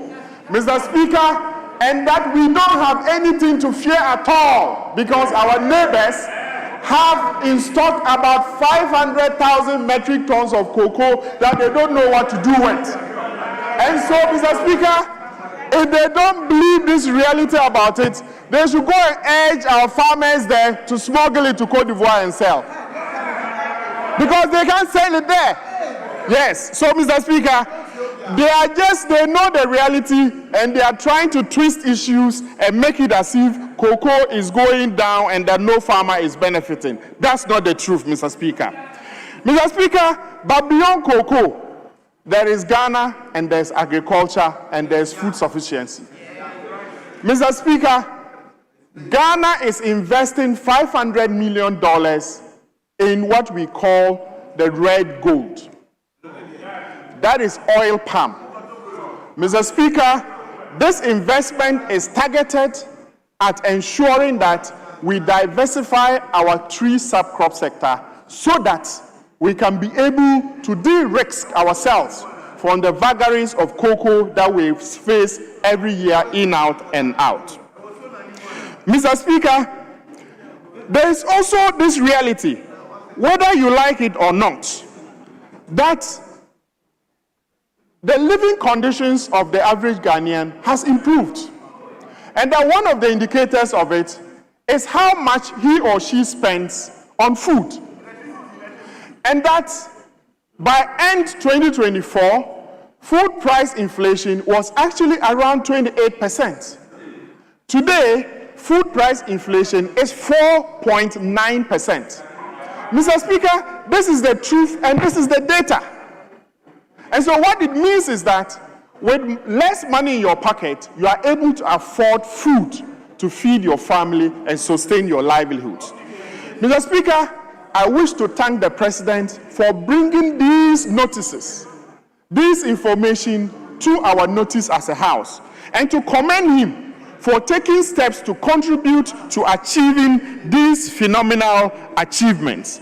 Mr. Speaker, there are a number of contributory factors to this. One of them is that there has been a lot of effort in providing logistics for extension services, which is supposed to contribute to improving the productive economy of our agricultural subsector. Some motorbikes have been given already, 540 motorbikes, 150 has been distributed. So these days, our extension officers are able to move to give extension services to our farmers. Mr. Speaker, employment. We have the Feed Ghana program that is ongoing. Government has already employed about 400 Feed Ghana coordinators across the country already. And 10,000 young Ghanaians have been engaged in what we call agripreneurship. This is expected to strengthen the frontline service delivery of agriculture in the way we are moving it to, creating employment opportunities for young people, particularly women and young people. Mr. Speaker, one other important ingredient that the current agriculture is introducing is farmer cooperatives. These farmer cooperatives are actually community commodity farmer cooperatives, which is targeted at reducing the corruption often observed in input distribution. Now, about 70,000 of these commodity cooperatives have already been registered. What that means is that in input distribution, you are going to target the cooperatives and ensure that inputs, the right inputs, get to the right farmers at the time that they need them. It means accessibility is going to be improved, mechanization will be improved, extension services will be improved, and then climate advisory services will be improved as well. Mr. Speaker, one other reason why we achieved this was the aggressive pursuit of agro-industrial investments. Mr. Speaker, the Minister of Agric and his team has been very aggressive in courting international support and financing investment in agri-processing. One that is being reported right now is 154 million Italy-Ghana integrated irrigated agricultural commercial farming. Mr. Speaker, this is expected to cultivate 10,000 hectares of a model farm that will show that rice can be produced all year round, maize can be produced all year round, soya can be produced all year round, and tomato can be produced all year round. Mr. Speaker, there are investments in this direction to set up rice processing facilities in Upper East region, soya facility in Northern region, cashew processing facility in Bono East region, and so on. Mr. Speaker, these are expected to take the excess production that we are witnessing so far in the agricultural space. Mr. Speaker, the President announced to us, Mr. Speaker, the President announced of a 300 million investment in national food buffer stock. Mr. Speaker, that 300 is so critical because we are not leaving agricultural investment at production. We are leaving the investment at a time where, when they produce, you have a market to take them. And the state agency, National Food Buffer Stock, is creating that environment where they can go mop up this excess produce at the farm gate at minimum guaranteed price that the farmer doesn't lose, and that the glut that we talk about and complain about can be contained. Mr. Speaker, we are trying to reduce imports of food. So, for example, in poultry, we are implementing what we call the Poultry Farm to Table program.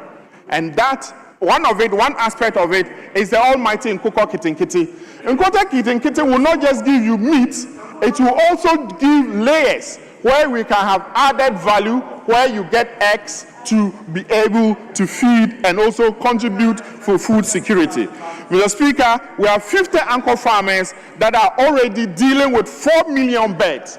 Mr. Speaker, these are efforts that are aimed at contributing to reduction in the poultry import bill of our country. We're already spending about $300 to $400 million annually to import only poultry products and poultry.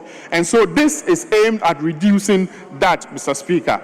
Mr. Speaker, one thing that I want us to take home is that the President came to present the state of the nation.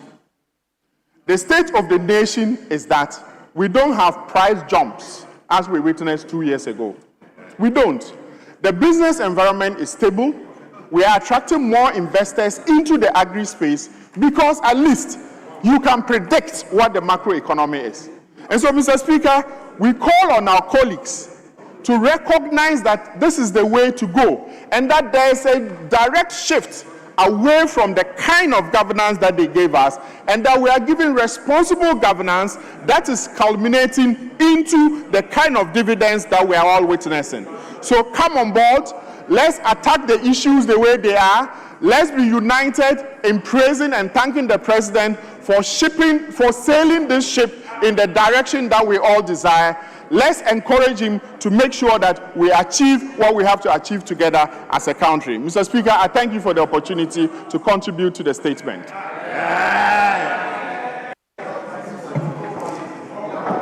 Honorable members, let's now turn to Honorable Dr. Gideon Buako.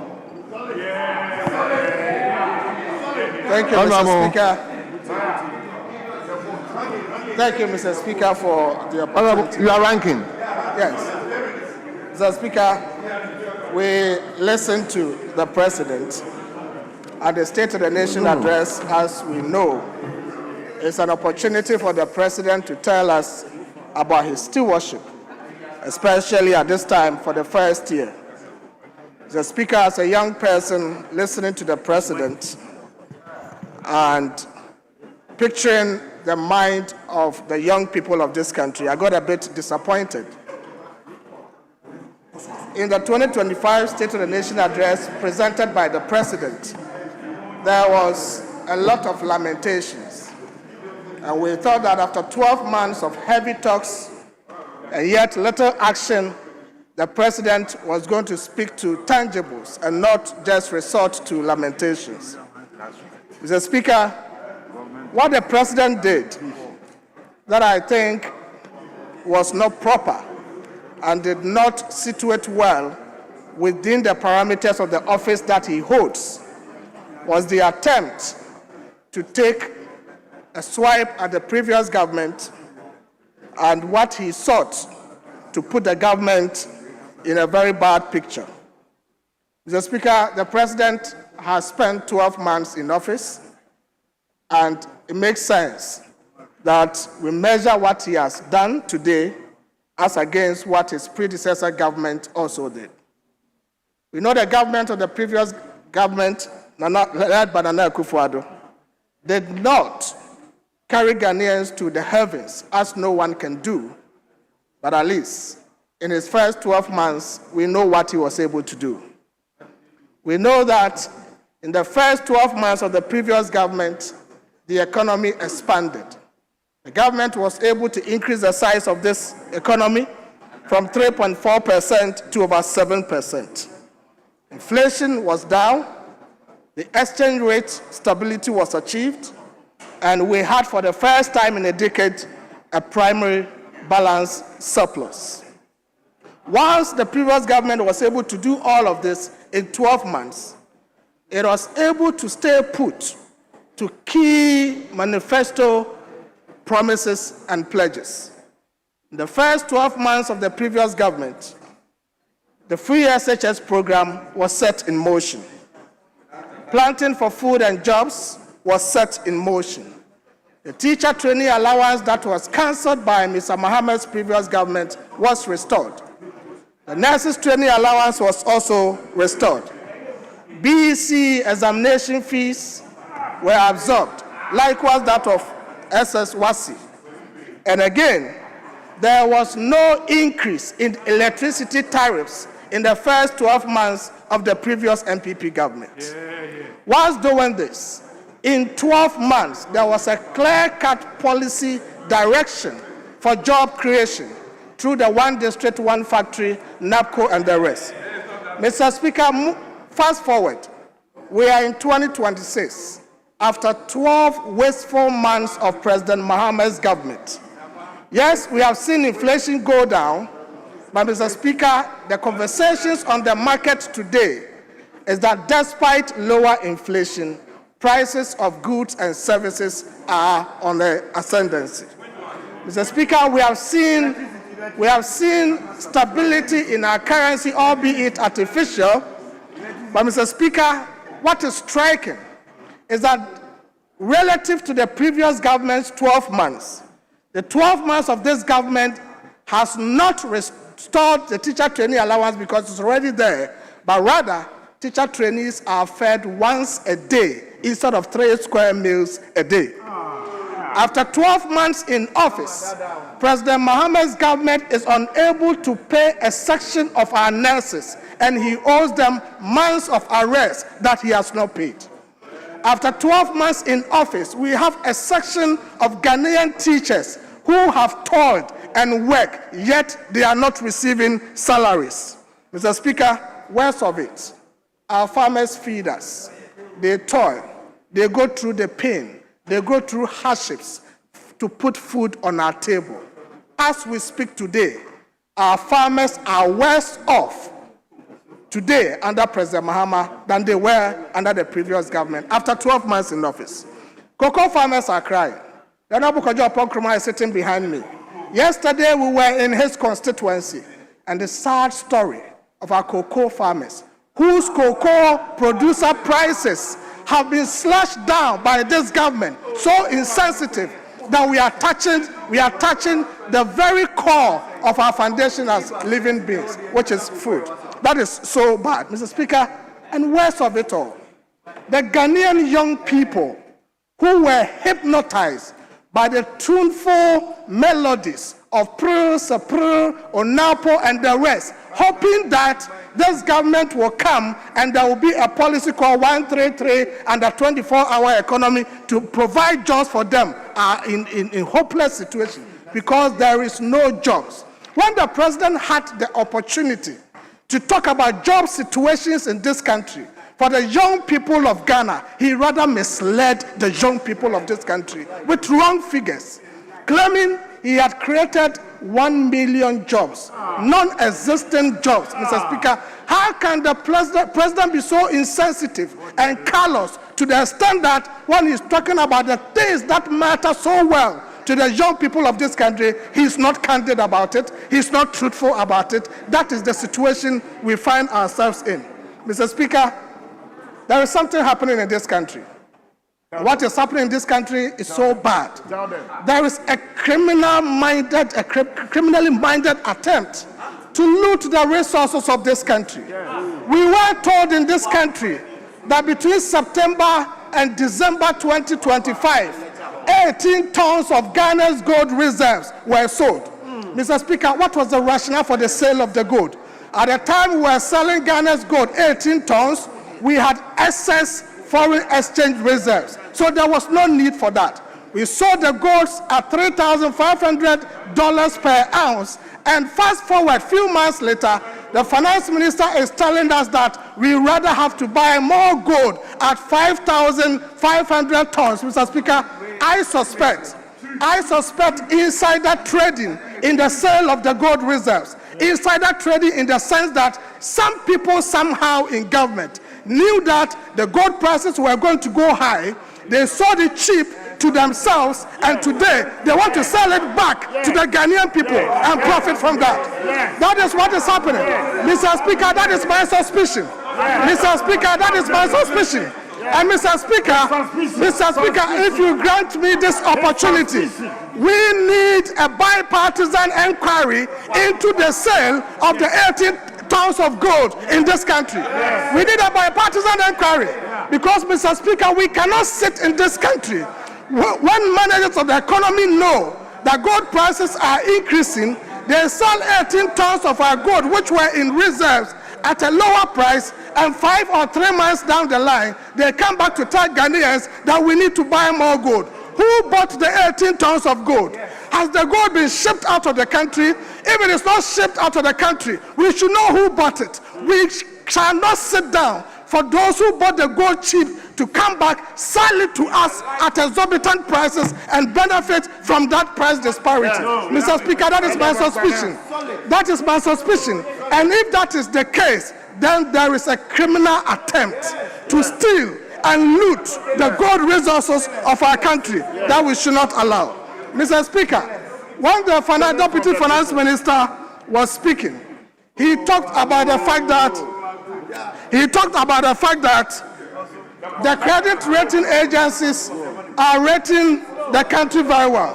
Mr. Speaker, it is important for my brothers in government to know that whatever gains they are having on the economy side, where credit is due, they have to credit that authority and that source. Mr. Speaker, if you take the Public Debt Management Report 2025, as was signed by Mr. Minister Toforson, he acknowledges in the penultimate paragraph that Ghana's credit ratings improved in 2024, demonstrating significant progress made in the restructuring process. S&P and Fitch all affirmed the foreign currency ratings at selective default and restricted default, respectively. Mr. Speaker, what it tells you is that from 2024, despite all the difficulties we went through, pragmatic policies were put in place for the economy to recover, and hence the rating agencies started rating our currencies, economy in the good light. Today, if that path has continued, it is not just by the creativity of this government. It is a government in continuum. What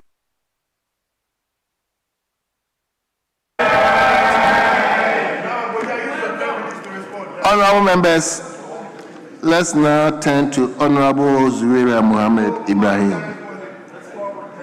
Honorable member, you are chairperson. You have 10 minutes.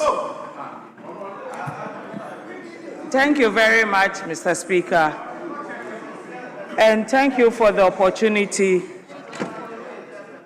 to contribute to the debate on the inspiring and forward-looking message on the state of the nation delivered by His Excellency President John Dramani Mahama to this August House on Friday, 27 December 2026. Mr. Speaker, before I delve into my substantive debate, I wish my brother, Honorable Nitiwo, is still here. I want to remind him and probably draw his mind to the fact that his constituents in Bimbila, listening to him today, are not going to be too happy with him. His constituents have felt the new governance that the president the presidency of President John Dramani Mahama has offered to this country in the last 1 year. Mr. Speaker, Honorable Otibles is here. Honorable Stanley is in this house. Honorable Geoffrey Kinney is here. And the Honorable Minister for Roads himself is sitting here. Mr. Speaker, I wish Honorable Nituwu will come and tell us the state of the Sabongida Bimbila Road since the NDC assumed power. He should come and tell this house the state of the Banda from Sibi to Pasa to Nkwanta Road since the NDC came to power. He should come and tell us the state of that road. Mr. Speaker, the Honorable Nitiwul is my neighbor, and so we all travel that road. When we go on recess and we are coming back, we use that road back to Accra. That is the West-Eastern Corridor. And Mr. Speaker, in 1 year, the work that has gone on that road, if you knew the road in 2024, if you go there today, you will not recognize the road. That is the work that His Excellency President John Dramani Mahama has done. And that is the work that reduces the cost of commerce for the farmers in Honorable Nitiwu's constituency when they have to cut their produce to the Pasa market to Nkwanta to sell. Because the road is more travel, it's less expensive to travel, the vehicles don't break down, the yams don't get rotten on the road, and so the farmers are able to recoup the full cost of their investment. Mr. Speaker, our elders said, and I'll say this in Twi, that we yimaya na mbomi di bone. To wit, that if you won't praise me, please don't spoil my name. And that is what Honorable Nitiwul did today. If he will not praise His Excellency President John Dramani Mahama for an excellent job in 1 year, he should just keep mute because he's a beneficiary of the good works of His Excellency the President. Mr. Speaker, the President's address is a testament to resolute leadership, fiscal discipline, and a clear vision for national renewal. Why do I say this, Mr. Speaker? We're all in this country. For 8 years, we saw reckless economic mismanagement, we saw runaway debts, we saw policy inconsistency. The free senior high school, Mr. Speaker, it came without a policy. And widespread hardship inflicted on the people of Ghana. I was surprised to hear my brother talk about the free senior high school. You see, he should have maybe apologized to parents and the students who went through the free senior high school for the 8 years before making his statements. Mr. Speaker, why do I say that? For the one year and 2 months that His Excellency has been in power, has anyone, anywhere in this country, heard that students are complaining about no food, that they've been given poor food, that there is no food in their schools? This is good governance. This is governance anchored on making the people good. You don't implement a policy, and every day there was strike, every day Charles was holding conferences, every day petitioning Parliament, petitioning the presidency, mothers were carrying gari and shito all over the place, and you come and sit here and tell us that you had free. Compare your 8 years record, free SHS record, to the 1 year and 2 months record of president. Just compare, do that by yourself. Mr. Speaker,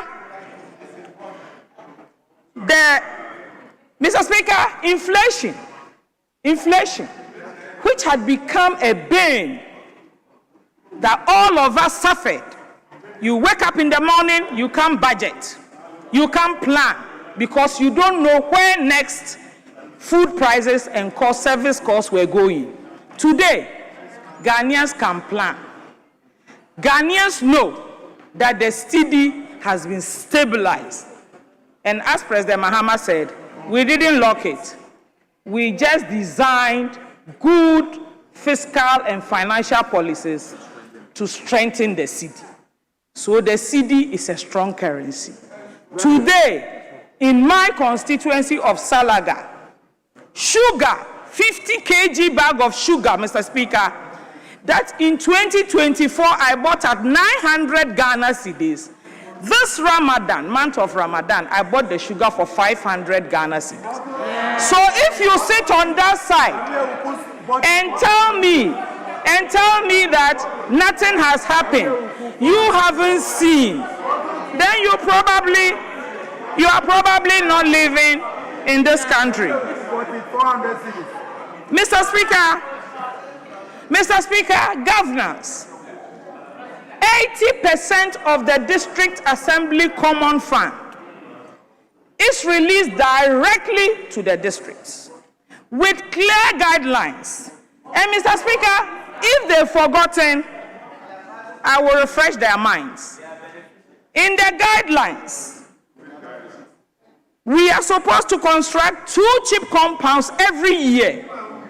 Multiply that by 261 and ask its impact on the quality of health service and health delivery in this country.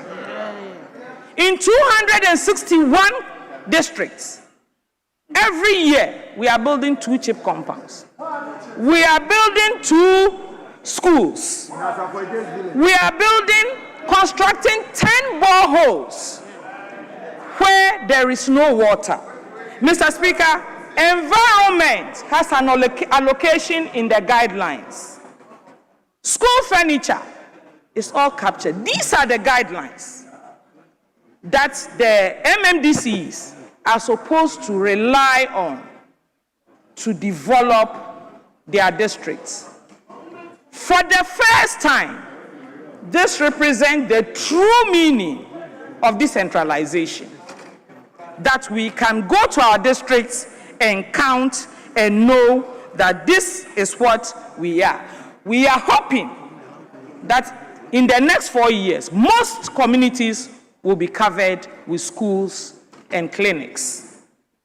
Mr. Speaker, infrastructure, when we talk about road, and when the president said that the whole country, and I quote, is a construction site, he was just not using words. He meant it both literally and metaphorically. Literally to the extent that there is policy underpinning the provision of roads and construction of infrastructure in this country. And Mr. Speaker, we can talk about the big push. Over 1,000 kilometers of roads are currently under construction under the Big Push program. And all of us know what the debilitating roads that we inherited January 2025 meant for us. So any improvement on that road does not only represent passage, it means improving on the quality .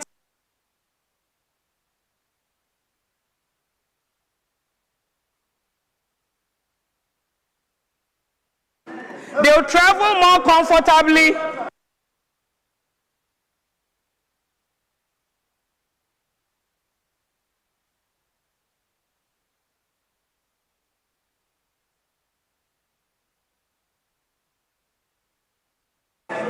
Thank you.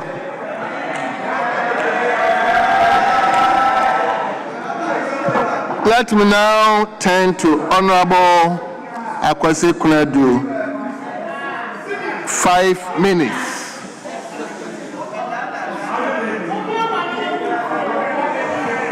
The speaker is 10. Come again. The speaker is 10 minutes. Was that the agreement? It's 10 minutes. Thank you very much, Mr. Speaker. Let him be clear with it. Mr. Speaker, thank you very much for the opportunity to contribute to the comment on the state of the nations. Mr. Speaker, I rise not only to comment, Mr. Speaker, but to measure words against reality, and also promises that are made to performance of the president, as well as rhetorics, Mr. Speaker, against results. In 2024, the campaign of the NDC, led by the president, they made very emphatic statements, Mr. Speaker, commitment. These were not casual words, Mr. Speaker. They were words that went so down. They were solemn pledges that they made. What are the standards today?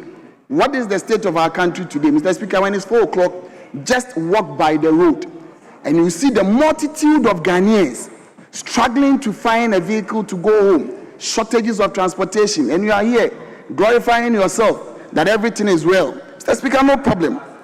Let the handlers of the president understand and differentiate between Article 67 and 179. There is no more promises when you are here for Article 67, Mr. Speaker. The president made solemn promises and very decisive ones in the area of fighting against illegal small-scale mining activities. He was decisive on it. He said he was going to wage an uncompromising war, Mr. Speaker. He told us that they were going to make sure that our river bodies, Mr. Speaker, were cleared of debris. Mr. Speaker, he was going to reclaim our river bodies for us, restore our forest, Mr. Speaker, and end the culture of impunity in the illegal small-scale mining activities in this country. What do we find now, Mr. Speaker? Our rivers are choked. They are choking to death, Mr. Speaker. The state of River Pra is polluted, and Cobra is distressed. Ofin is under siege. And Mr. Speaker, blame, Mr. Speaker, white and black voter, Mr. Speaker, OT, they are trying to have their last breath of survival. And that is the state of the Ghanaian economy in terms of the fight against illegal small-scale mining. That is the state of our economy. So if you are here to give us poetic renditions of your own State of the Nation's address, Mr. Speaker, that is not a problem. Mr. Speaker, he promised us that the fight will be swift and ruthless. What do we see now, Mr. Speaker? We have excavators that are appearing at night like ghosts in our forest reserves. Mr. Speaker, all that you see are task force who appear and disappear without any lasting deterrence. Mr. Speaker, it is only about renaming of policies and relaunching of operations that is happening in this country, causing us calamities, of which one befell us on the 8th of August last year. Mr. Speaker, it is no joke. That is the state of our nation now.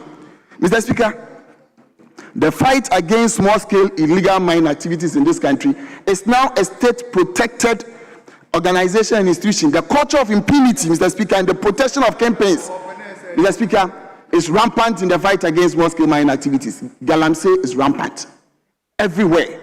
You can sit there because you are using the proceeds of that is gold, to manage the economy, selling reserves, digging our forest reserves, digging the riverbeds in this country, just to make sure you can sustain an economy. But bear in mind, just as the now governor of the Bank of Ghana said that gold is finite, the Speaker, it will come to an end.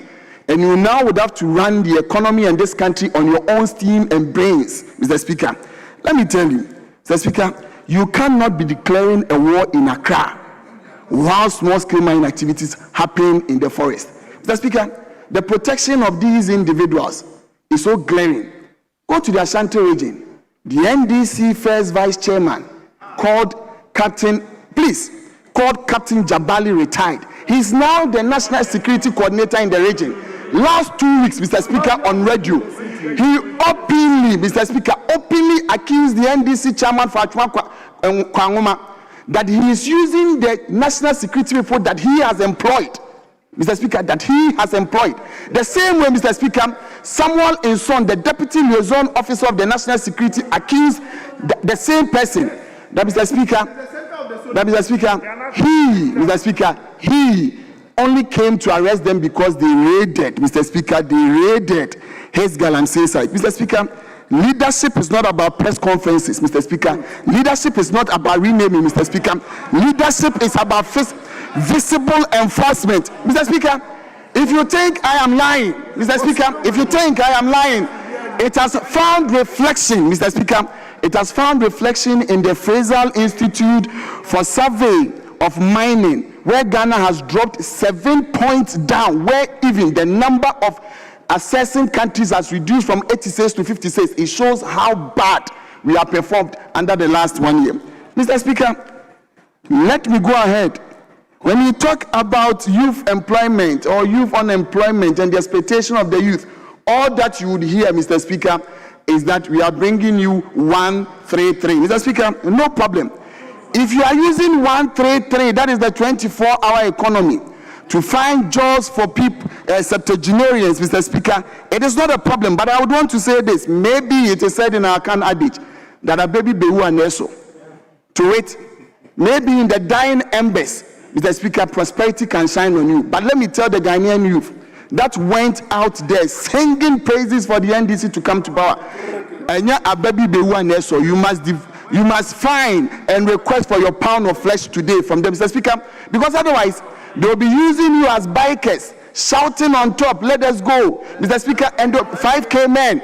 At the end of the day, they'll be using it to find jobs for people who are not. Mr. Speaker, graduates are still waiting to find employment, Mr. Speaker. The youth are still wandering between ambition and abandonment. Mr. Speaker, the youth cannot wait anymore. They cannot wait anymore, Mr. Speaker. We must find a way, Mr. Speaker, to make sure that whatever we promise, Mr. Speaker, these people get it. Mr. Speaker, let's go. They talk about the figures are coming down, Mr. Speaker. It's indeed true. The dollar is down. The city has appreciated. Mr. Speaker, it's true. Inflation is down, Mr. Speaker. Yes, it's true. But, Mr. Speaker, what is heir to a dead man? Mr. Speaker, what is heir to a dead man? I'm not surprised, Mr. Speaker. The dead ghost syndrome is still back. Mr. Speaker, our mothers at Kejetia, at Moro Market, Mr. Speaker, our mothers at Abinchi Market, Mr. Speaker, our mothers at race course, they don't read macroeconomics, they count their coins. Mr. Speaker, that is what they do. So if you tell them the exchange rate is down, Mr. Speaker, fuel prices are down, Mr. Speaker, inflation is down, Mr. Speaker, they go home and count their coins and as to how the real purchasing power of those coins can buy. Mr. Speaker, cost of living is still high. Cost of utilities are high, Mr. Speaker. People are suffocating under the cost of living in this country. Go onto the social media where you want power from and go and listen to the Ghanaian youth complaining about the high tariffs that they are paying. Mr. Speaker, I stand here. I used to pay 310 Ghana cedis a month, Mr. Speaker. Now I pay 740 Ghana cedis. And you are telling me cost of living on what? Mr. Speaker, utilities, light bill alone. Mr. Speaker, if you go to Adubinso in the Ashanti region, the chiefs had cause to complain about prolonged power outages in their communities. And you are here telling me you have good utilities and you have power ongoing. Mr. Speaker, let us be careful when we are entrusted with political power. The rhetorics would one day catch up with us. Mr. Speaker, economic recovery must be felt by the people, but not in the books of the managers of the economy. And that we must bear in mind as leaders of this country. Otherwise, Mr. Speaker, we would have no chance of going back to them. But, Mr. Speaker, I may want to end. And I may want to end on this. Mr. Speaker, history will be very unforgiving to leaders who campaign on absolute promises but only govern in excuses. That is what we found on this podium last Friday. Mr. Speaker, that is what we found on this podium. Mr. Speaker, the President, His Excellency John Dramani Mahama, history wants to be good to him. But the rate at which he's going with the comeback that he had, Mr. Speaker, it is terrible that he may not be remembered by history in this country. And I say this, Mr. Speaker, leadership is not a poetic on the campaign grounds. Leadership is about performance. Mr. President, sit up and perform, please. Mr. Speaker, it is about delivering when the applause fades. It is not about backpassing when you are failing. You cannot, after 1 year, Mr. Speaker, still be complaining And I'll urge the handlers of Mr. President, sit him up, tell him the realities on the ground. The Ghanaian people are suffering. Thank you very much, Mr. Speaker.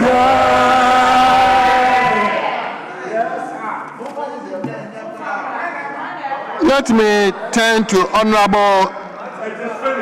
Honorable Dixon Chiredua.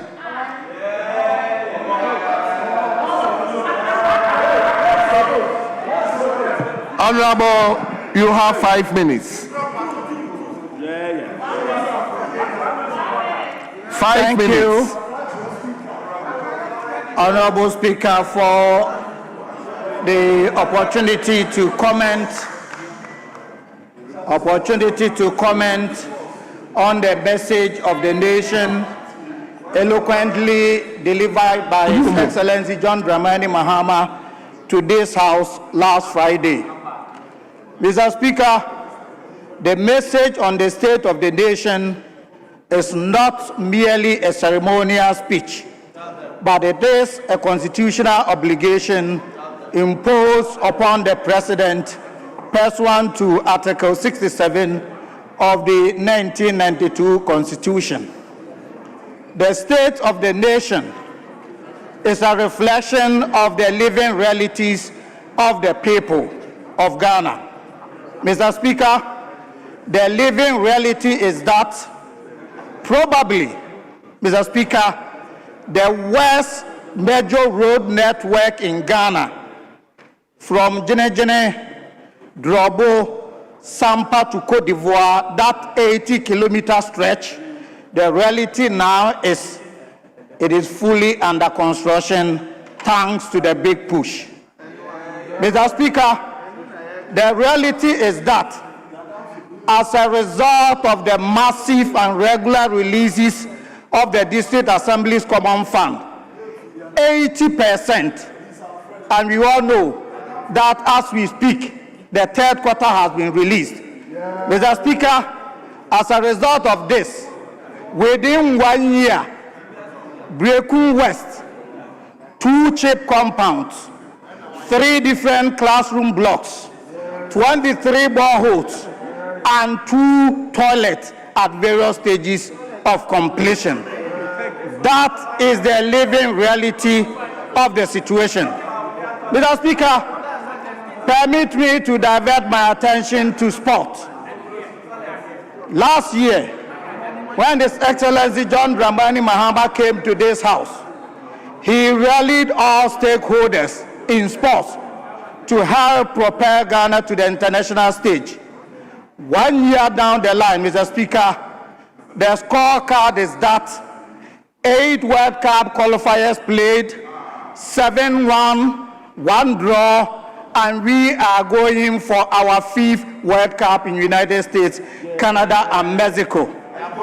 Mr. Speaker, right after our qualification, His Excellency John Dramani Mahama budgeted, appropriated, and ring and fence 150 million Ghana cedis for our preparation and participation in the World Cup. Mr. Speaker, the 2026 World Cup is not only for sporting benefits, but it is also a massive opportunity to market made in Ghana products. It is opportunity to boost the tourism industry.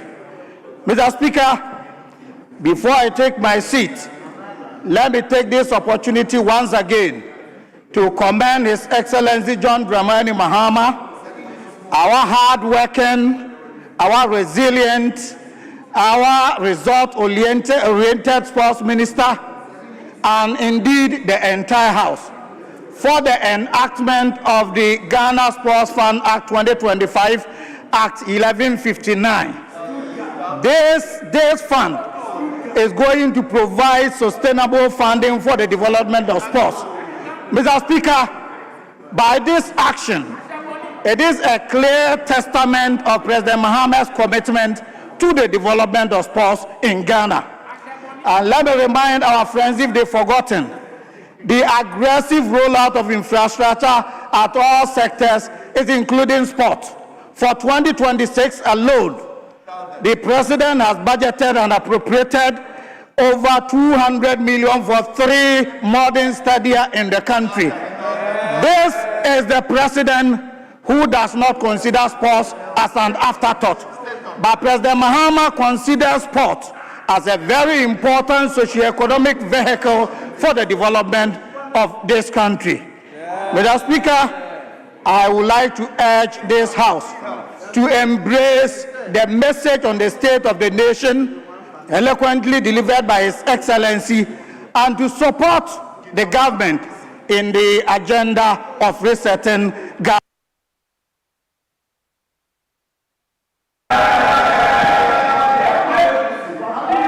Honorable members, let's listen to Honorable Sami Ewuku, 5 minutes.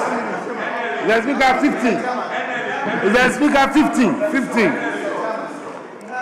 The Speaker, I rise to contribute to the ongoing debate concerning Mr. President's State of the Nation's address. And Mr. Speaker, permit me to also hold a mirror to the record of this government. Mr. Speaker, also permits me to do a minor surgery on the President's State of the Nation's address. Minor. Mr. Speaker, the President's address was delivered with all the confidence, but confidence is not evidence when it comes to measuring with the realities on the ground. I would like to focus mainly on the issue of unemployment. Mr. Speaker, I also speak about the issue of the high utility tariffs. And then lastly, also convey the greetings of our cocoa farmers in the cocoa growing communities to you and the August House. Mr. Speaker, I took my time to track 112 commitments, pronouncements, promises, and bold vision as the President espoused together with his government in 2025 and that of the State of the Nation's address that he delivered. Mr. Speaker, out of the 112 commitments made by the President and his government in 2025, 38% were delivered, and a whooping 62%, they will tell you, still in the pipeline. Mr. Speaker, again, the President promised to tackle the issue of youth unemployment, and then also standing at approximately 2 million unemployed youth, according to the President in last year's State of the Nation's address. Interesting, the President declared that he had created 1 million jobs in his own State of the Nation's address in 2026. But these figures that Mr. President even delivered and mentioned is at complete variance with what his own government statistician told the Ghanaian people. Mr. President, Mr. Speaker, 330,000 jobs cannot be the same as 1 million jobs created. It's either Mr. President was inaccurate in his delivery or the government statistician also lied to the people of Ghana. What is more worrying from the report of the government statistician is that in Greater Accra alone, Mr. Speaker, 49.3% of the young people are unemployed. And this is according to their Q3 report. What this means is that 1 in 2 young people in our capital city remain jobless. 1 in 2. Again, nearly 1 in 5 young Ghanaians aged between 15 to 35 years, that's approximately 1.95 million people, also remain outside the employment bracket. This should tell us something, that we need to move beyond the slogans of Nkokon Ketenkete and then the Instagram kind of governance that we are running, which is made to believe. Mr. Speaker, we need to move beyond the separate slogans and music to tackle the issues that we are currently also facing. Today, I'm happy that my colleagues on the majority side can find comfort and solace in micro and macroeconomic indicators. Mr. Speaker, I don't know what the Formina people are telling you, but in the Kwapim North, at the Mandela market and Adoso market, I cannot go tell them about micro and macroeconomic indicators when they are not feeling it in their pocket. Maybe my colleagues can direct these market women and my own constituents to be shopping at Adam Agbane's place and other places that I believe that the market and the figures being churned out reflect what is happening. Again, Mr. Speaker, just as you also know, I am confident that the 24-hour economy, the authority, in fact, the interesting aspect is that it was the signature campaign message of President Mahama. So as we speak today, the only understatement in the president's sona is that they aim to deliver this 24-hour economy. It cannot be just aiming. The cocoa farmers we visited yesterday, I was shocked to the bone when a mother could tell us that they've been feeding on gari soakings, gari sakura, whereas our colleagues are jumping to Ethiopia. I believe that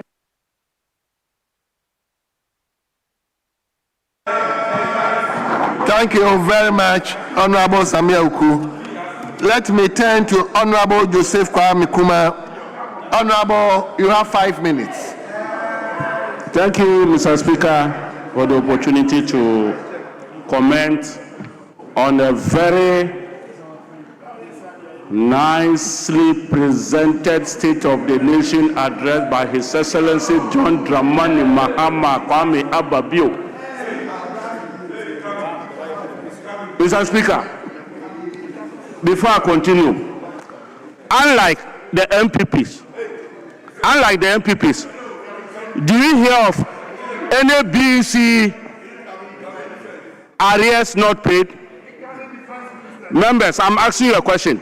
Unlike the MPPs, John Dramani Mahama's second coming, do you hear of BEC arrears not paid? No. Do you hear of WAEC not giving money to organize exams? No. Do you hear of school feeding, caterers picketing at any offices for money? No. Do you hear of any common fund arrears? No. These days, do you hear of any statutory fund arrears? No. Mr. Speaker, Agrobe 5 Efrianipa.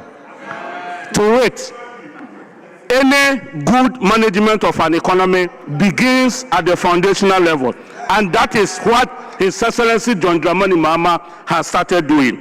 Mr. Speaker, let me close them to only common fund and get fund.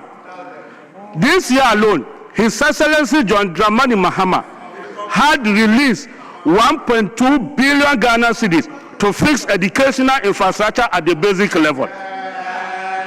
To add to it, GET Fund alone, 900 million good Ghana cedis has been added. So the combined effect of these statutory funds is that every constituency, every district, 261 districts are getting basic school infrastructure, sensory classroom blocks, teacher dabre, and day nurseries. Mr. Speaker, apart from because of teacher dabre, if you don't know what it means, Mr. Speaker, in addition to that, His Excellency promised that because of sanitary pads, a lot of our youth, young girls, were dropping out of school. Not less than 12 million sanitary pads have been provided. And to be able to let them be in school 24/7, Mr. Speaker, His Excellency, the infrastructure that they are building, they have created spaces that the girls, they call it changing rooms. To wait, if you don't like this, what do you want? Mr. Speaker, unlike them, we are not pretending. His Excellency John Dramani Mahama doesn't pretend. He has come back to reset everything in this nation. Mr. Speaker, moving forward, let's look at the issue of the education sector specifically. Mr. Speaker, a total of 152,698 students in the tertiary school have already been taken care of. Earlier on, in the budget, we said 150,000 were taken care of. Now, 2,000 and over people have been added. Continuity. Mr. Speaker, the challenge in society, His Excellency promised, coming back, he would try to satisfy them not to pay fees. Mr. Speaker, apart from the no fee stress, For the well-structured bills, those who are challenged, we are fully funding them throughout their university education. Mr. Speaker, so all these good things, these other side people, they are pretending not to see in the State of the Nation address. Is that what they are telling us? Mr. Speaker, above all this, in the SONA, His Excellency has said that truly he has created jobs. Mr. Speaker, it's good. Students should know the difference between jobs and employment. Why? Because maybe the difference is not known well. That is why we are arguing with the president. Mr. Speaker, His Excellency, not like them, not like Nanado's time, did not stop any road construction. Tama Motorway is ongoing. Afanko Nsawam Highway is also ongoing. The workers there, just these two examples, there are thousands of workers. We have those who are steel benders. Steel bending is a job. The grader operator is a job. The tanker operator is a job.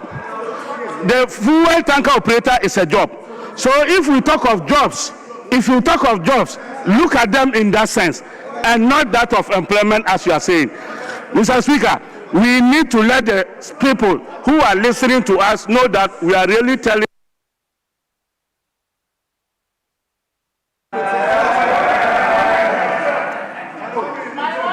Thank you very much, Honorable Joseph Kwame Kuma.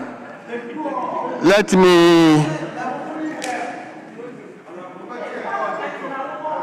me turn to Honorable Dr. Isaac Opoku. You are ranking and you have 10 minutes.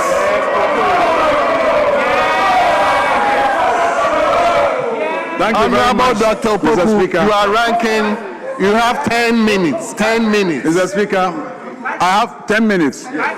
Thank you very much, Mr. Speaker. Mr. Speaker, let me also thank His Excellency for fulfilling his constitutional obligation. Mr. Speaker, but the State of the Nation address was full of omissions. Mr. Speaker, full of omissions. Conspicuously missing was the recent report by the Ghana Statistical Service that food insecurity rises to 38.1%. Mr. Speaker, and Mr. President failed to recognize this. Mr. Speaker, Institute of Economic Affairs, 71% Ghanaians worried about rising food prices, and Mr. President failed to acknowledge this in the State of the Nation address. Institute of Economic Affairs. Institute of Economic Affairs. Source, myjoyonline.com. Myjoyonline.com. Mr. Speaker, but are you surprised? Mr. Speaker, there is very little happening at the Ministry of Agriculture. Mr. Speaker, let me refer you to their own report, Medium-Term Expenditure Framework for 2026 to 2029. Mr. Speaker, summary of key achievements, their own report. Mr. Speaker, they said they targeted to procure 5,000 metric tons of maize seed. Speaker, they ended up procuring just 2,000, 40%. Mr. Speaker, for rice seed, they targeted to procure 10,000 metric tons. They ended up procuring 1,000 metric tons, 10%. Mr. Speaker, fertilizer, their own report, page 12. Mr. Speaker, fertilizer, they targeted to procure 395,786. They ended up procuring 50,000 metric tons, 12.6%. Mr. Speaker, for control of fall armyworm, they targeted to procure 45,000 liters. They procured 0. Mr. Speaker, for biorational insecticide, they targeted to procure 30,000 kilograms. They ended up procuring 0. Mr. Speaker, their own report. Mr. Speaker, this is because no funds are being released to the Ministry of Agric. Their own report, Mr. Speaker, in 2025, at the end of the third quarter, only 16.9% of the 29 billion allocated to the ministry had been released. 16.9%. Mr. Speaker, today, every farmer is suffering. The food glut we are experiencing is because of excessive importation. Speaker, in 2025, the food import bill alone was in excess of $3 billion. $3 billion. Speaker, every farmer today is suffering. The cashew farmer is also suffering. Now the price of cashew has been slashed by 20. The price of cashew today has been slashed by 26%. So what are you holding? Cashew, Mr. Speaker, cashew. This is cashew. Cashew. Okay, let's move on. Mr. Speaker, now let me turn my attention to cocoa.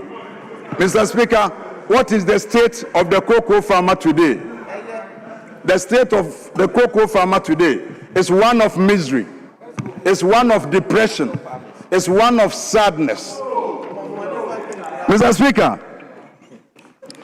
this is the first time that a Ghanaian cocoa farmer did not celebrate Christmas. The first time. Mr. Speaker, Mr. Speaker, Mr. Speaker, Mr. Speaker,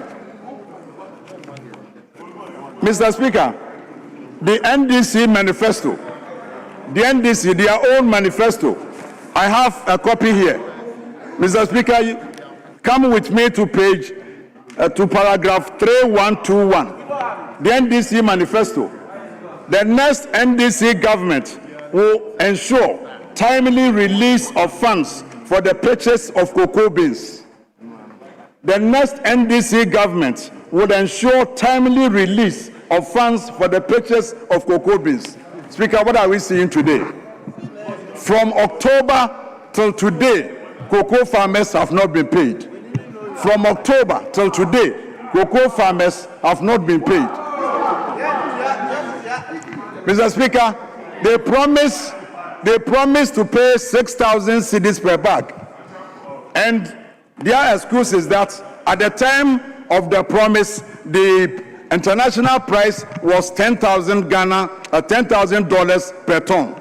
Mr. Speaker, farmers are asking them, when the price rose to $11,000 per ton, how much did they offer the cocoa farmer?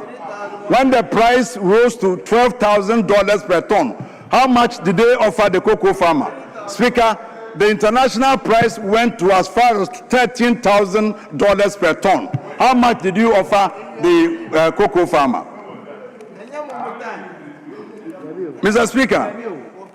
Speaker, I hear my friends on the other side that even today, Cote d'Ivoire has reduced their producer price. Mr. Speaker, let me educate them. The pricing system in Cote d'Ivoire, Mr. Speaker, is completely different from the pricing system in Ghana. Mr. Speaker, Cote d'Ivoire, they practice what is called differentiated price policy. In Ghana, what we practice is weighted average. Mr. Speaker, for their information, if you split the cocoa pods, we have 7 categories of beans. 7 categories.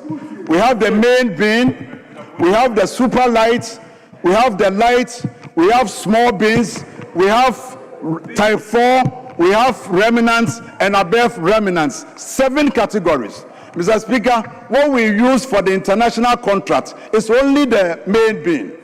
For the rest of the categories, Mr. Speaker, we sell to the local processors at a discount between 20 and 30%. And Mr. Speaker, we put the two together, the main crop and the light crop, and we find the weighted average, and that is what we give to the cocoa farmer. So, Mr. Speaker, in Ghana, whether it is light crop or main crop, the same price is offered to the cocoa farmer. Cote d'Ivoire, the situation is different. They announce the main crop for the main season, and when it gets to the light crop, they announce a different crop. That is the system they practice every year.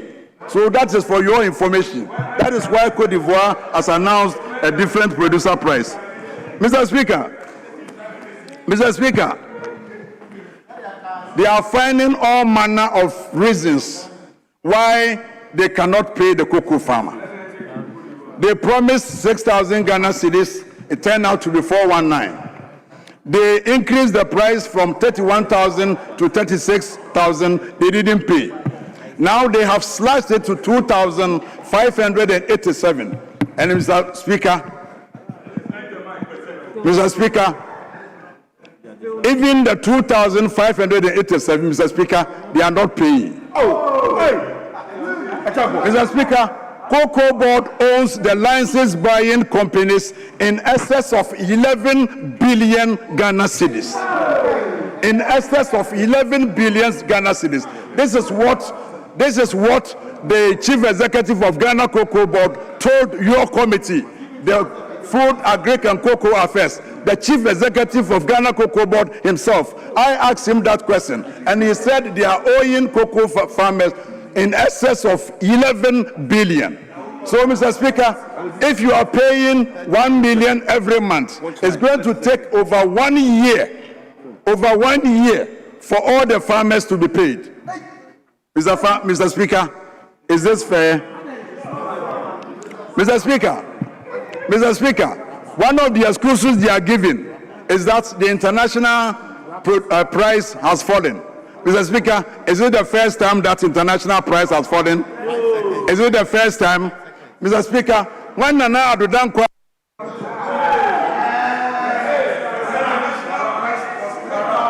Honorable members,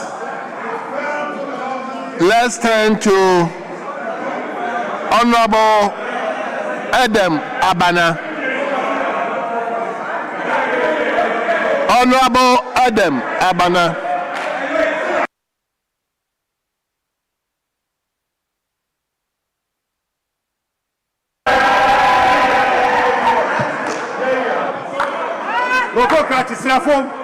Thank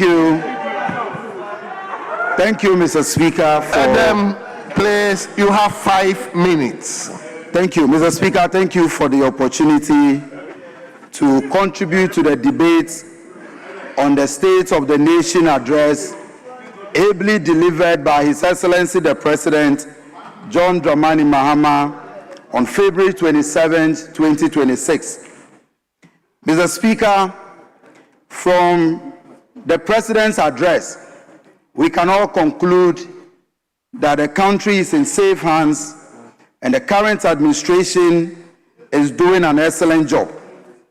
But, Mr. Speaker, because of the time constraints, permit me to narrow my debate to the education sector, because I believe education is the bedrock of national development.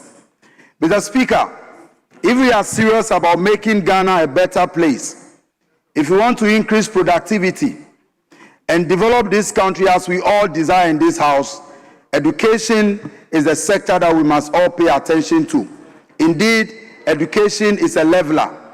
It is the only reason why me, a son of a driver and a woman who has never been to school, can share the same August house and be a policymaker with people from more privileged homes.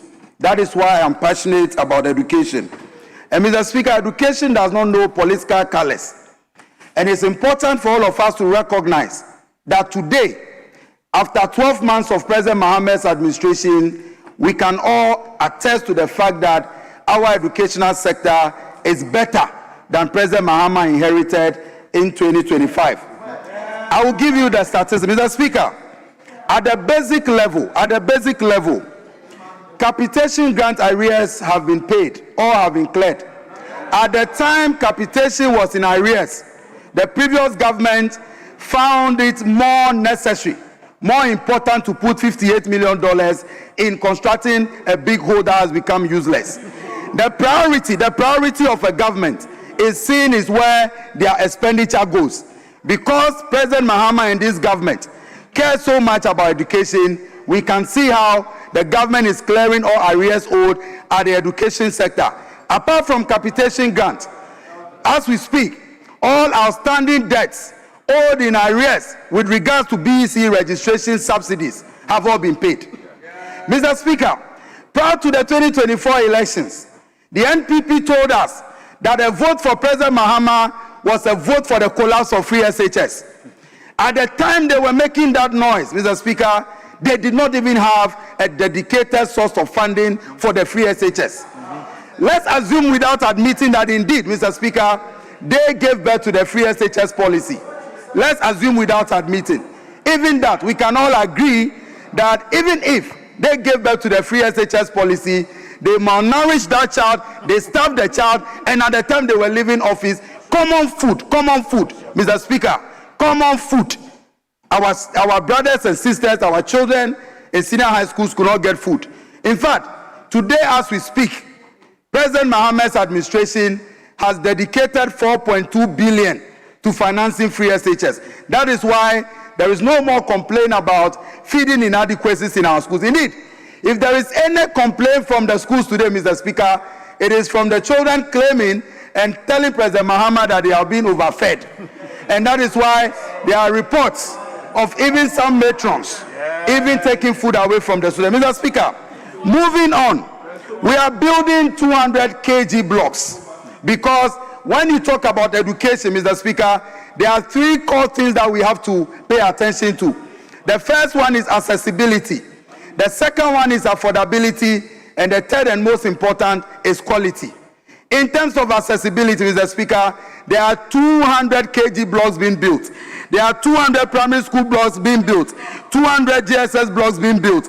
And Mr. Speaker, as we speak, 12.2 million girls are able to stay in school during that time of the month because 12.2 million sanitary pads have been distributed to these girls. Mr. Speaker, to conclude, to conclude, to that child in Anomabo who will now learn how to code because of the 1 million coders program, we see you. President Mahama cares about you. To that child from Bunkrugu who today, even as a disabled, is able to go to tertiary, go through tertiary without paying a peswa.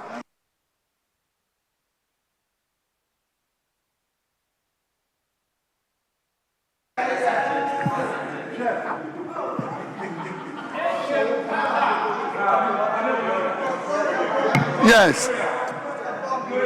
Honorable Nana Bafwaria. Honorable Nana Bafwaria. Honorable, you have 5 minutes. Thank you, Mr. Speaker. Mr. Speaker, I rise to comment on the State of the Nation's address by the President. Mr. Speaker, I commend the President for compliance with the provision of the Constitution. Mr. Speaker, whilst commending the President, I wish to again commend him, Mr. Speaker, supposedly for the position taken on the fight against corruption. Mr. Speaker, ordinarily, we should be happy with the position of the President. However, Mr. Speaker, what do we see? Mr. Speaker, the President in his State of the Nation's address spoke about the introduction of the Public Office Holders Code of Conduct Bill. Mr. Speaker, that ordinarily should be commendable. However, Mr. Speaker, in the Republic of Ghana, what we do not lack are the laws to deal with corruption.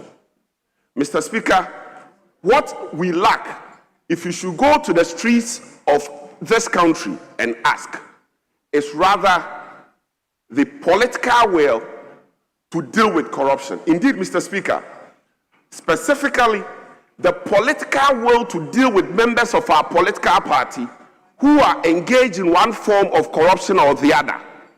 And therefore, Mr. Speaker, when at the promise of reset, when the president was given a resounding victory by the people of this country, the expectation by the Ghanaian people was reset, Mr. Speaker, in that regard. Reset to deal with members of our political party who are engaged in one form of corruption or the other. Mr. Speaker, the expectation of the people, Mr. Speaker, was to be disappointed. Why? One of the first major policies of this government was to free members of his party who were standing trial. Mr. Speaker, an indication to the members of his party that we were going to protect members of the party who are engaged in one form of corruption or the other. Mr. Speaker, in the circumstance, Mr. Speaker, when you introduce public office code of ethics law, Mr. Speaker, the position will be that where will be the goodwill, Mr. Speaker, to enforce it against members of your own party? Mr. Speaker, there will be none. Mr. Speaker, that is why we are saying that, Mr. Speaker, when the president says that he is committed to the fight against corruption, Mr. Speaker, there's no such evidence. The evidence rather shows the president shielding members of his party who are involved in wrongdoing or one wrongdoing or the other. That is the evidence. Mr. Speaker, where is the update, Mr. Speaker, on Joseph Yamin? Mr. Speaker, the evidence rather shows that the president is using political office, Mr. Speaker, to persecute members of the opposition. Mr. Speaker, the president does not hate corruption. The president rather hates, Mr. Speaker, the opposition standing up to it.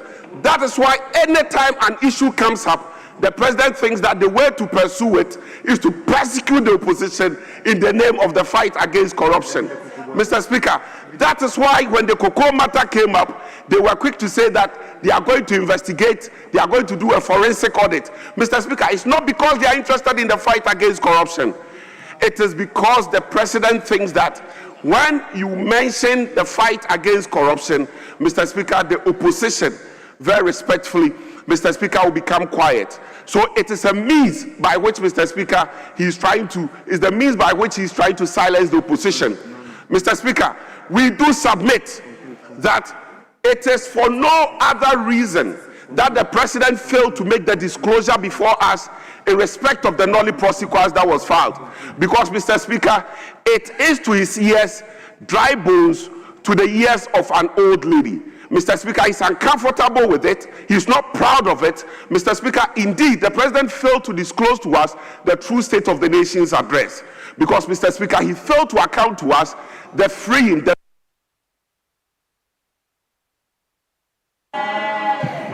Thank you very much, honorable members.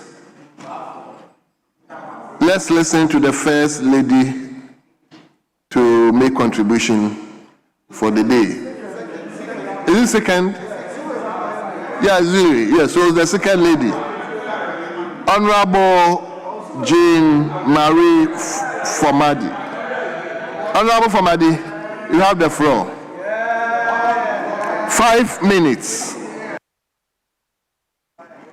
Thank you very much, Mr. Speaker, for the opportunity to contribute to the SONA delivered powerfully by His Excellency John Dramani Mahama in accordance with Article 67 of the 1992 Constitution. Mr. Speaker, the address delivered by the President is an address that states the actual state of Ghana. The question one must ask is whether or not the prices of food in the market are low. And the answer is yes. The question one might ask is whether or not fuel prices have reduced. And the answer is yes. The question one might ask is whether or not the dollar rate is stable. And the answer is yes. Mr. President, Mr. Speaker, the President of Ghana promised us that the District Assembly will receive their monies on time and on schedule. And as we speak, the District Assembly has received their monies and the assemblies are working.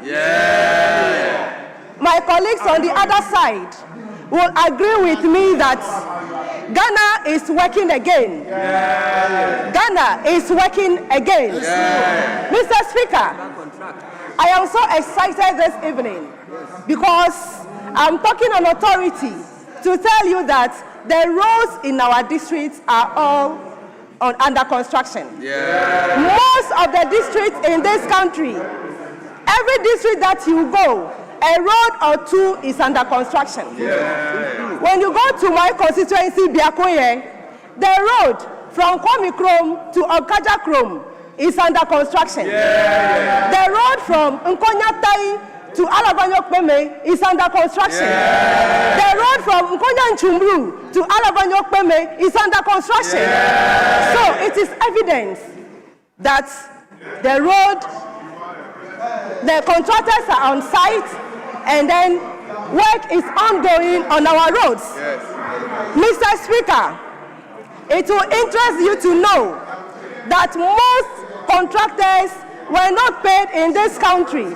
For that matter, most of the roads that they cut short for were all abandoned. 8 years of roads. That's every year of roads. Another year of roads. 2020, year of roads. At the end of the day, there was no road to commission. Mr. Speaker, the contractors were not on site because they were not paid. But as we speak, most contractors have been paid. All abandoned roads are now back on track. Mr. Speaker, I am happy because the president is working and Ghana is working again. Mr. Speaker, I know that development delayed is a promise denied. It's an opportunity denied.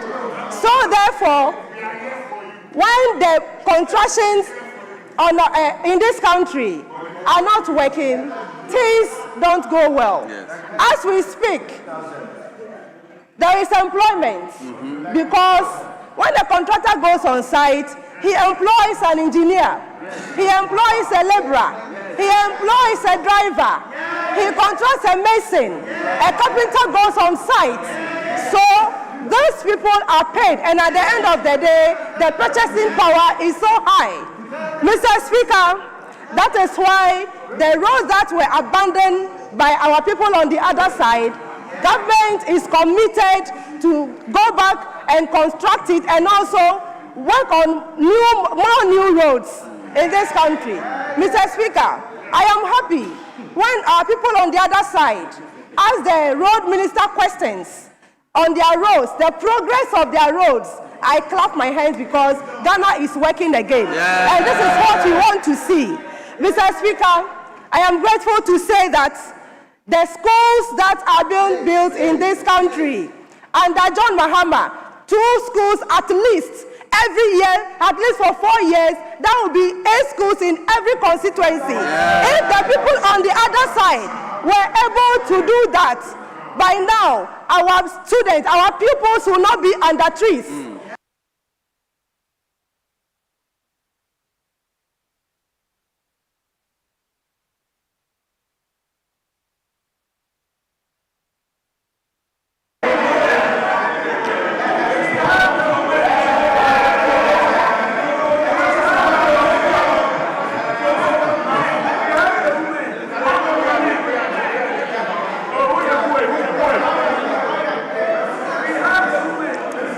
The applause cuts across, eh? Okay. Let's listen to Honorable Isaac Boama. 5 minutes. 5 minutes, yes. Mr. Speaker, thank you very much for the opportunity to comment on the State of the Nation address ably delivered by His Excellency the President of the Republic. Mr. Speaker, let me clear two preliminary issues I've picked on this debate. The first is from my colleague Edem Agbana and then our sister Zuila. Mr. Speaker, they indicated that since they came into power, the school feeding program has gone so well that those days when you hear about children being fed with poor food is a thing of the past. And I wonder whether they stay in this republic or in a different republic. Because as recent as 16 January 2026, not 2025, the search in 2025 is too many. But on the 16th of January 2026, check GBC News. The GES is investigating poor feeding in Zavlugu Senior High School. Savulugu Senior High School, to the extent that the children have been poorly fed, that it has become a matter of concern for this particular republic, based upon which the Ghana Education Service have commenced investigation into the matter. So please, you should be very candid in your reportage and in your statement that all doesn't look as rosy as you want us to believe. So that is for you. Now to my sister Fomadi, you did well. But your statement to the effect that you never saw roads under construction during the MPP regime is completely inaccurate. Because, Mr. Speaker, let's go to this order paper. You can find a lot of questions filed by members from both sides of the aisle, whether it is the NDC or the MPP, asking the Minister for Roads and Highways how it has happened to the various road construction that were given during the time of His Excellency Nana Addo Dankwa Akufo-Addo, which many out of over 2,000 kilometers of road contracted, many of them had been completed and many were at various stages of completion. So please, in as much as on your side, you are now talking about big push. They've just commenced work. As to whether they will be able to deliver the numbers by the end of the contract period, we live to see. That is why my colleagues indicated to you earlier that the President's State of the Nation's address was a matter of rhetoric. He didn't give hope to the ordinary Ghanaian. Why is the ordinary Ghanaian not hopeful in the President's State of the Nation? Because majority of the youth of this country wanted to hear from the president what job opportunities he's creating for them. You go to my constituency in Efia, the youth are unemployed. Even people that were given contracts or employment, government took it away from them. Just 3 days ago, Honorable Felix Ofosu-Kwakye, in a press release yesterday, is now telling us that after Chief of Staff's letter that took away over 2,000 people unemployed, the Chief of Staff's committee have now established that 1,201 persons have to be reinstated and only 500 people's contracts have to be revoked. So why did you sack the people in the first place? 1 year down the line, are you going to pay them compensation or damages for what happened? So the Ghanaian youth was expecting a lot of direction from the president. But what did they hear? A promise or a statement that 1 million jobs have been created. Where are the jobs? Now the president has gone to see Mr. Speaker. Go and check the Ghana Statistical Service website. Even the 350,000 jobs they said they have created or they reported on, they have pulled it off their website. They've pulled it because they don't want to embarrass the president. Oh, it is so unfortunate that the president came to this house and gladly mentioned a figure that is completely at variance with the realities on the ground. So is the president really on the ground? Is the president really aware of the true state of the nation? I don't think so. Now to my honorable leader, Ricketts, who chairs the Ghana Revenue Authority Board. Mr. Speaker, what is the state of revenue today? Government missed the revenue targets of 2025 by 7%. Government needs money to run this country. But where is the money? The money is not there. So I will appeal to you, let the government support GRA so that they can raise the revenue to meet expectations. I will meet you again next year on the State of the Nation to discuss whether the president really has performed. I thank you, Mr. Speaker, for the opportunity. Yeah. Thank you very much, Honorable Isaac Boama. So it is the turn of Honorable Maswell Lukuto. Honorable, thank you, Mr. Speaker. You have 5 minutes. Thank you, Mr. Speaker. I'm grateful for the opportunity to make comments on the State of the Nation address delivered by the President on the 27th of last month, 2026. I want us to appreciate where we are coming from to know where we are going. A lot. The MPP government we knew abandoned a lot of the project sites and they became residents for rodents, rats, and all other animals. When we came in, we turned every other place to a construction site. We turned every other place to a construction site. There are bulldozers everywhere. And I dare say that Mahama is working like a bull and Agboja is working like a dozer. That is why we have bulldozers everywhere. Good combination. This government is a government that is focused. Honorable, repeat that phrase again. Then you may have to give me some more time. There are bulldozers everywhere because Mahama is working like a bull and Agboja like a dozer. That is why we have bulldozers everywhere. What MPP was doing was to go cut salt. So they will cut salt today. Tomorrow they will give excuses, and then the next day they will blame external factors for not being able to complete the project. So they will go and cut salt. They will use flowery language, especially the Queen's language. And then the next thing you see is that the contractors will leave site after they demanded for payment. Typical examples are the Tamale Savelugu Waliwale Road, of which over $29 million was paid. Only 1% of the job was executed. Ofankon Sawa Road became a driving obstacle center. And then the Kasua Winneba Road also turned into a center for shock absorber tests. So if you want to test your shock absorbers, go to Kasua Winneba Road. The Takrady Agora Junction Road was loudly announced, but quietly they progressed. The Tematu Ho Road, Ho to Denu, and Tematu Aflao roads all suffered stagnation.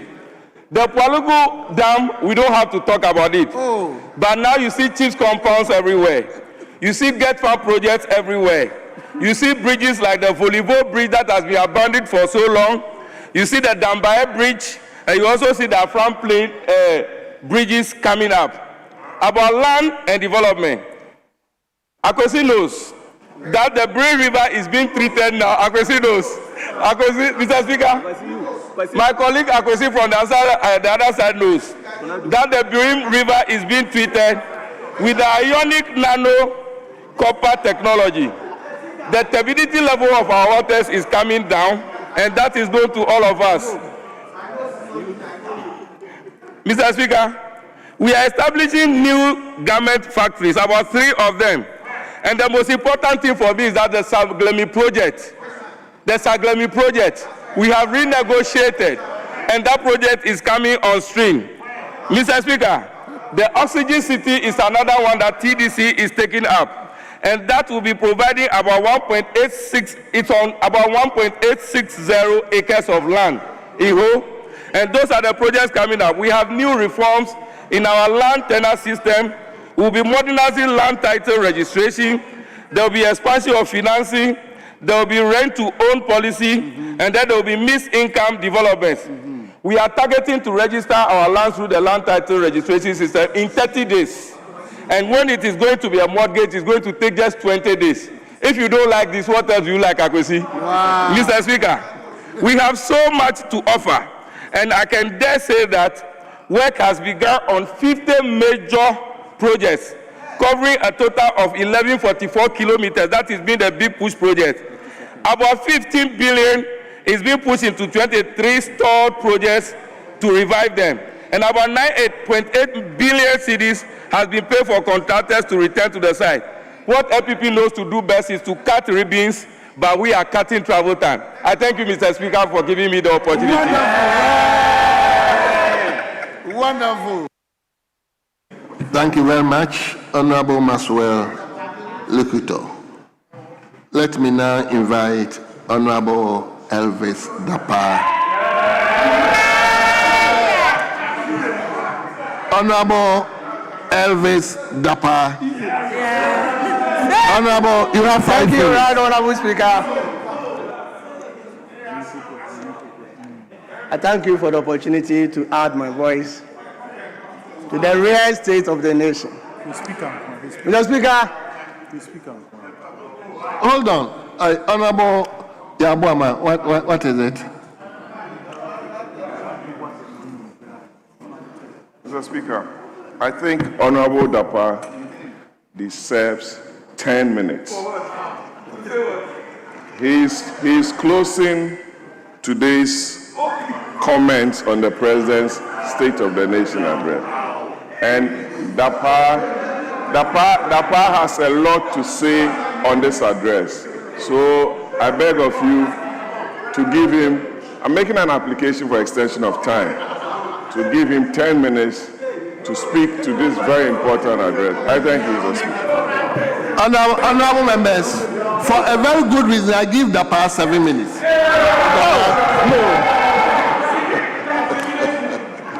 Yes, Dapa 7 minutes. Let's hear you. Thank you, Mr. Speaker. Mr. Speaker, it is as if Ahafo Southwest constituency is not part of the national cake. Mr. Speaker, during the SONA, the President did not talk about the road network in Ahafo Southwest constituency. Mr. Speaker, the road network from Mankransu to Tepa, the road network from Yoso to Asuoko, the inner roads of the almighty Domiabra, a special community in the Ahafo Southwest, was not addressed. Mr. Speaker, to be sincere, Ahafo Southwest, we've been neglected. Yes. Mr. Speaker, we were here when the President made a statement. He commented that in next 2 years, gold price will be increased. Mr. Speaker, to be sincere, the price exists already. Yes. Gold price does exist in our country. Yes. Mr. Speaker, I have done the research. Yes. The global market, the world market price for the ordinary small-scale miner is now 13,855 Ghana cedis. Yes. Now what is happening in our country? Gold Board is now buying gold at 13,288 Ghana cedis. Yes. Let's do simple calculation and see what is happening.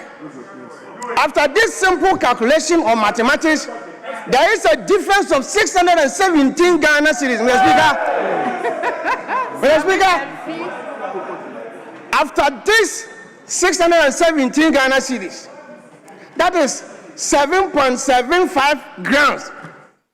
In our local language, this is what Ghanaians will say 1 pound. Yes. Mr. Speaker, 1 pound. No.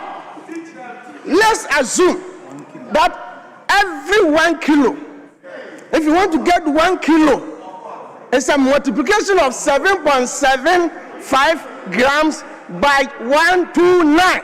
Yes.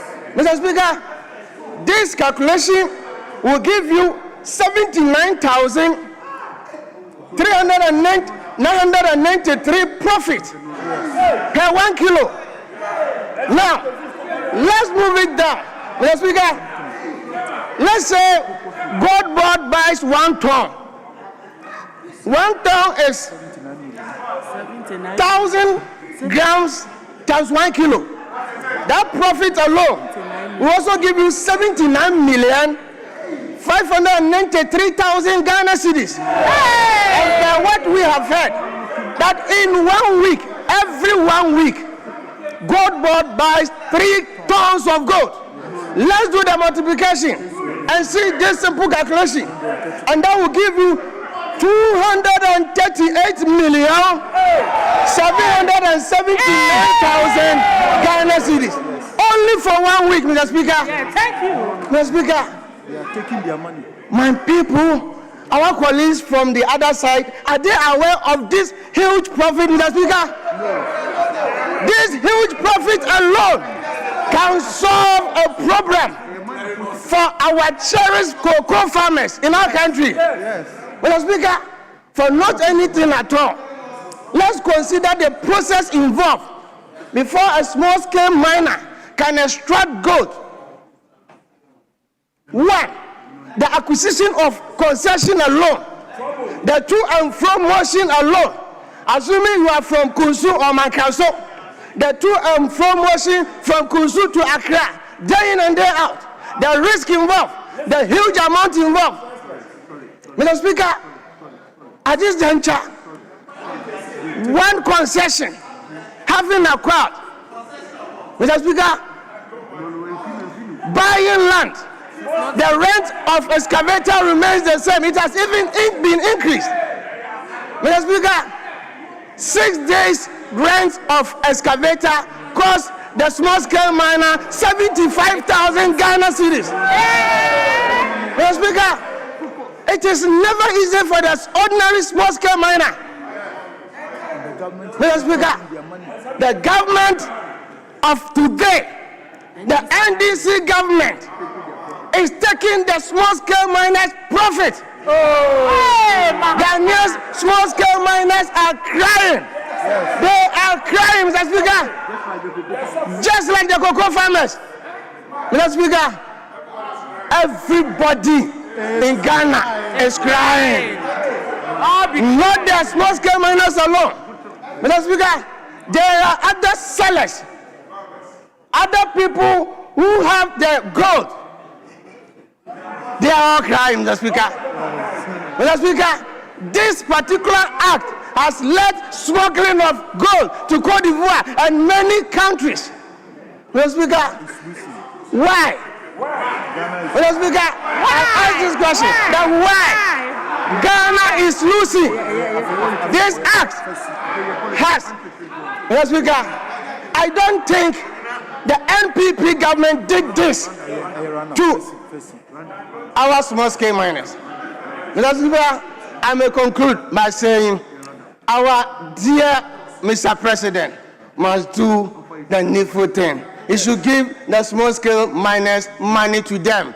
Or if not, he should use that same money to pay for our cocoa farmers. I thank you, Mr. Speaker.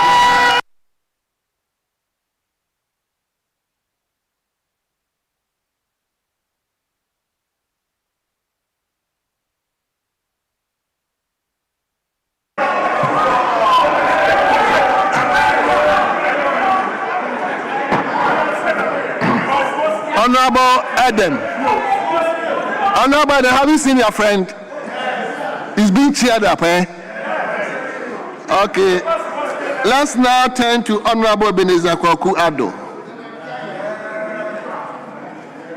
Honorable, 5 minutes. Oh, 10 minutes. 10 minutes. If anybody makes an application for additional time, I'll consider. But for now, 5 minutes. Thank you, Mr. Speaker.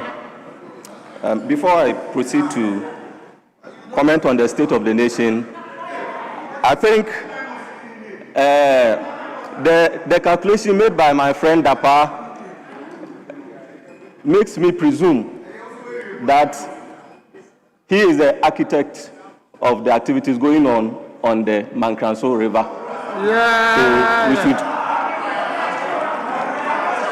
Mr. Speaker, the president did a marvelous work by giving the State of the Nation on the 27th of last month. What the president failed to do, Mr. Speaker, is to mention Bible quotations. That is the only thing the government led by President John Dramani Mahama came to do. He came to present the state of the nation, the true state of the Ghanaian economy. And he did that by laying some premises. He made Ghanaians know where he picked the economy from. Our friends on the other side are refusing to understand what the president said and the foundation upon which he laid his national address. Mr. Speaker, I will just present this checklist for my colleagues to prove or disapprove whether it is true or not. In fact, the president made Ghana aware that at the time he was taking over power, or he was starting his tenure as the president of the republic, Ghana's economy was rated as a junk economy. True or false? Inflation was 23.5% in 2024. Now it is 3.8%. True or false? True. Fuel prices fell from 15.2 per liter to 10 cedis per liter. True or false? True. The cedi to dollar exchange in 2024 was $1 to 16 cedis, and now it's $1 to 11 cedis. True or false? True. The president talked about abolishment of some nuisance taxes. I'm going to ask my colleagues whether these are true or false.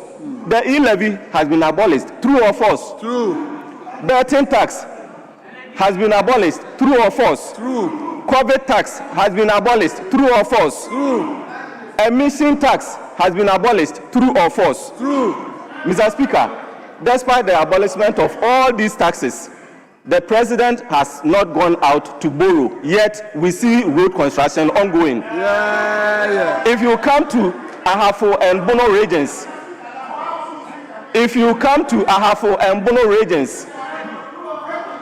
construction of Sunyani to Atresia Road is ongoing.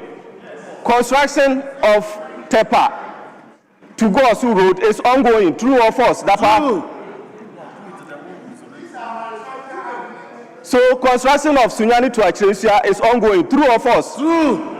Construction of Tepa to Gosu is true or false? True. So, Mr. Speaker, the president never painted a gloomy picture of the economy. He made Ghanaians aware what he inherited and where he has brought the country to. Mr. Speaker, if all these are true, then on what basis are my colleagues from the other side saying the president lamented and gave promises instead of the true state of the nation? I have had the opportunity to be elected as an assembly member and a presiding member. Never in my tenure did I receive an allowance. But the president has paid 100 million Ghana cedis as an allowance for assembly members. True or false? True. All this shows that the president was not over-exaggerating or exaggerating, and he was candid to Ghanaians. He made Ghanaians aware of where he picked the economy. In fact, he picked an economy which could be described as one that was in the ICU. Because as at the time the president was picking the economy, there was high level of external debt. True or false? True. Inflation was on the rise. True or false? True. The currency was weaker. Now,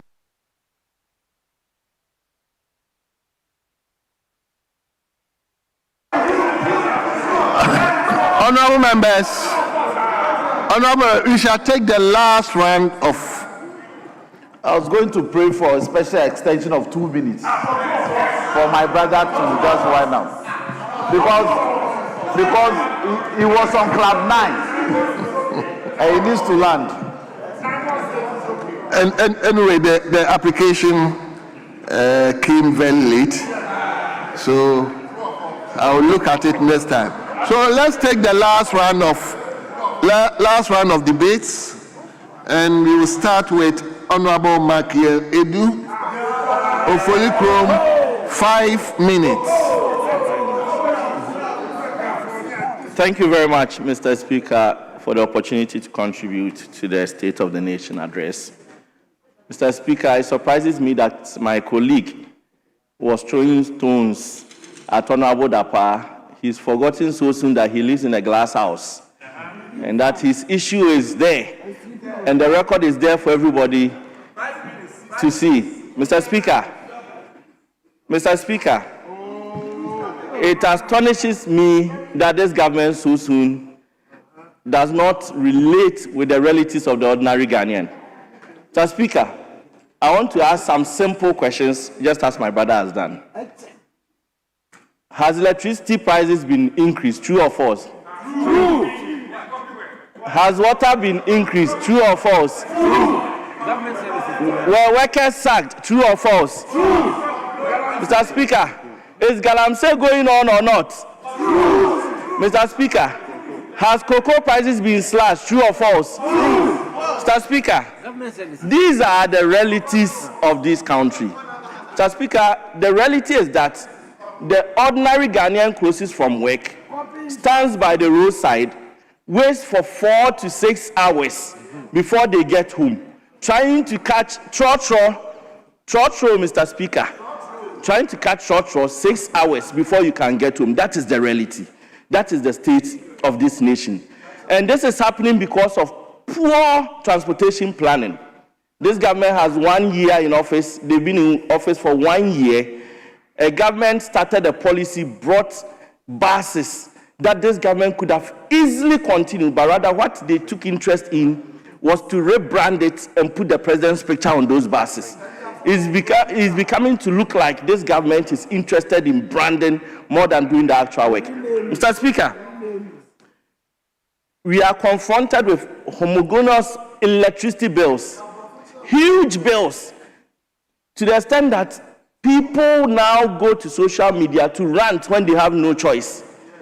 You buy electricity, and then within seconds, shoom, everything vanishes from the meter. We were being told that we should buy more.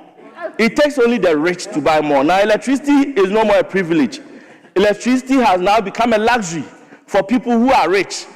It's only this government that you hear that people who have poor air conditions can spend 500 cedis a month to pay electricity, while the rest of us spend so much to pay electricity. Mr. Speaker, we don't know if they are doing illegal connections. Mr. Speaker, we are confronted with huge water bills. We are confronted with so much things that is going on that is hurting the ordinary Ghanaian. Yet the government turns a blind eye and comes to paint gloomy picture, comes to paint positive picture with just figures. The state of the nation did not address the issues that the ordinary Ghanaian is confronted with. Mr. Speaker, let us go to our cocoa. We were in this chamber when we heard the president say that he is going to increase production. Mr. Speaker, in Akan, we say, to wait. If the naked man says that he'll give you cloth, listen to his name. I want to take you back to 2016, on the 16th of July, Mr. Speaker. Workers of WAMCO, I don't want to remind Ghanaians of the pain. Workers of WAMCO were being transported, 22 workers, to this chamber, to these hallowed grounds, to present a petition to the Parliament of Ghana on the fact that the then government had refused to give all our processing companies cocoa beans for 2 years between 2014 and 2016. Plot was shut down, CPC was shut down, WAMCO was shut down. These workers were sitting home, not receiving salary because they were not working. On their way here, they had an accident and lost 3 of their staff, painfully, because this government refused to give them cocoa. So when this government comes here, and today, after the previous government has been able to increase cocoa production to about, cocoa processing to about 45%, comes to promise you that his major policy on cocoa is to increase processing, Mr. Speaker, would you trust this government? No. We cannot trust this government. Mr. Speaker, we have seen many people trying to analyze the issues of cocoa, comparing Ivory Coast to Ghana. Mr. Speaker, the fact still remains that what has been done has never been done before. It is painful. I went to Afasia Ribi yesterday, and the farmers told me something.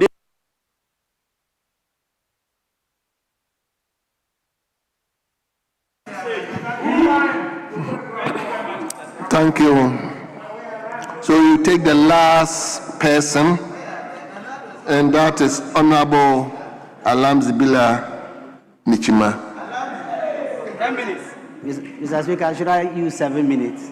Come again. 7 minutes.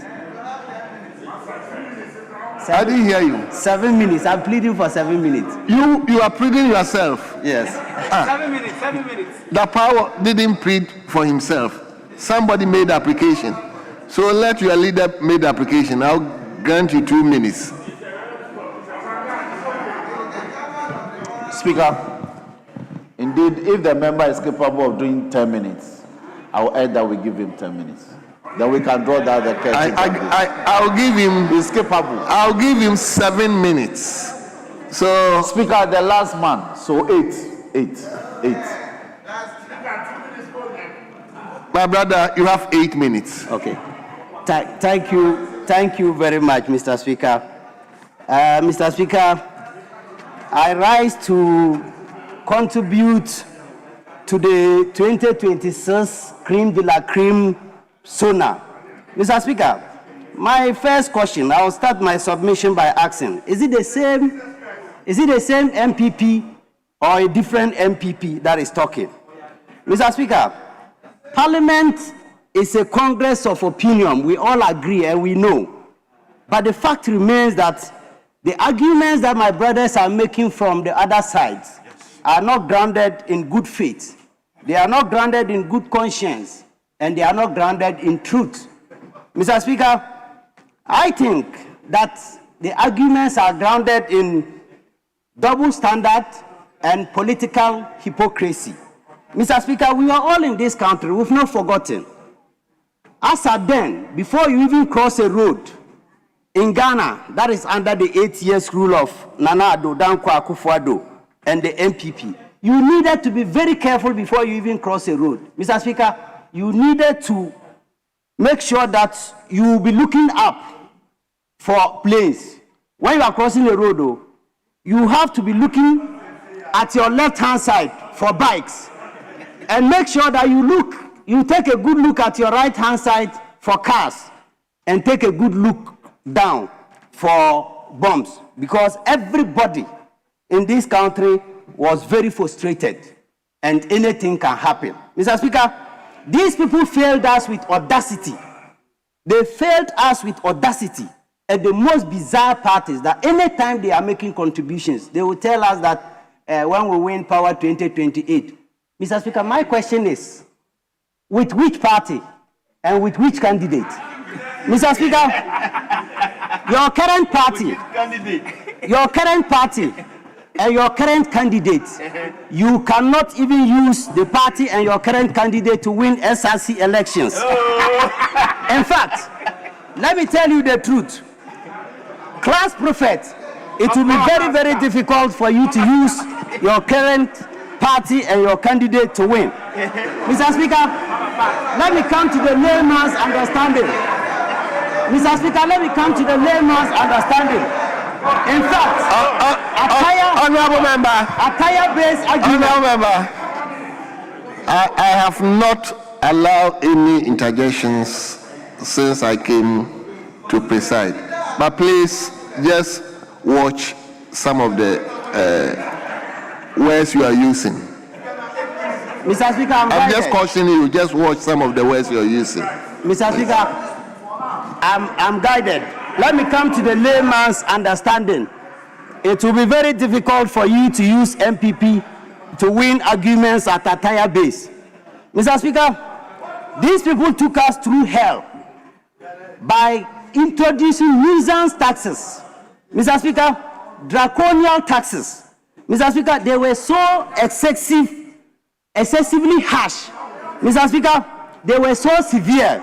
Mr. Speaker, they were so oppressive and very, very unfair to the taxpayer. Mr. Speaker, I can mention them to you. They commissioned e-levy.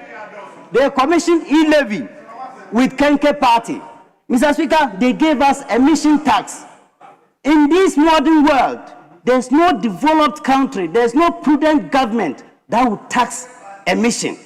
If you wish to tax emission, Mr. Speaker, when you wish to tax emission, I cannot buy my new car today, which is low, 98%, 99% emission free, but emission free. Then you tax me, and somebody will buy 20-year car, and you tax the person. No, you rather make sure that the import duty, you increase any car that is beyond 5 years, 7 years, 8 years coming to Ghana. That is how you tax emission. Mr. Speaker, you failed us. Mr. Speaker, betting tax, which prudent government will do double taxing? You tax the betting company, and the winner, the player will go and play and win, and you tax the winning too. Mr. Speaker, that is double taxing.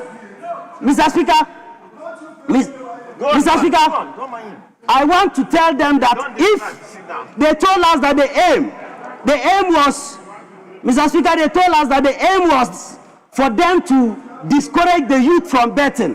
Mr. Speaker, if you want to discourage the youth from betting, you don't go taxing the winners.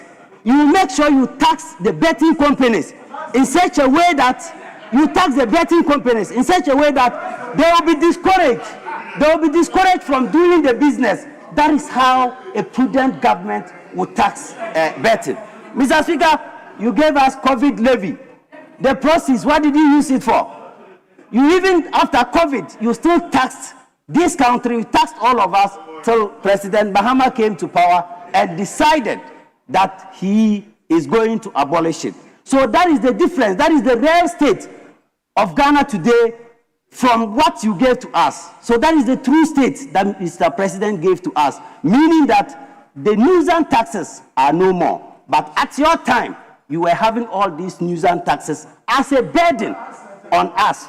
Mr. Speaker, I want to tell my people the truth by telling Ghanaians that the lamenting, Mr. Speaker, the lamenting that they are giving us today, when people want to be mischievous, Mr. Speaker, when they want to be mischievous, no matter what you do for them, they will still be mischievous. Yes. Mr. Speaker, I will end with these few words by telling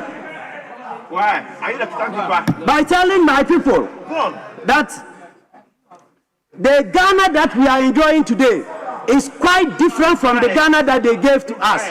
And I'm assuring them that they should sit down, relax. We still have 2 years to go.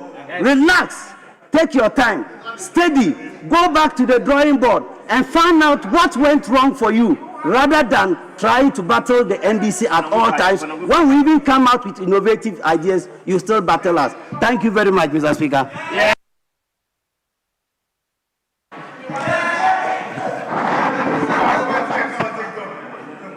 Yes,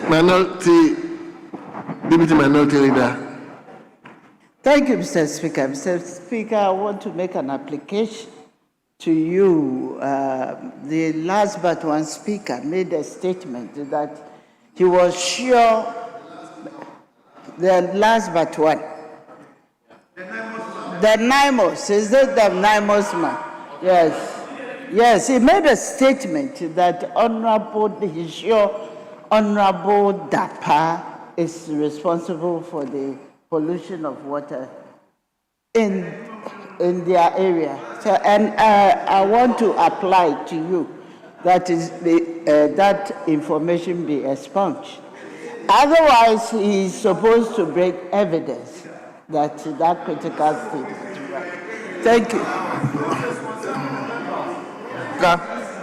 Speaker, he didn't say so. I believe that it was said in jest. He said, from the way he did the calculations, he suspects that the activities going on the Mankransu route, he may know something about it. He didn't. Please. I was here. We can defer to him. We can also pull the records. I heard exactly what he said. So, no, it was said in jest. You see, please. He didn't say galamsey calculation. He said the way he was doing the calculations, he suspects that the activities going on the Mankransu road. Oh, please. Then we must as well ask Junior Edu to also withdraw his comments. You understand? But some of these things, it's about you first timers. These things are permissible. Once they don't cross the line, we have had a wonderful evening, Mr. Speaker. I don't think that he crossed the line.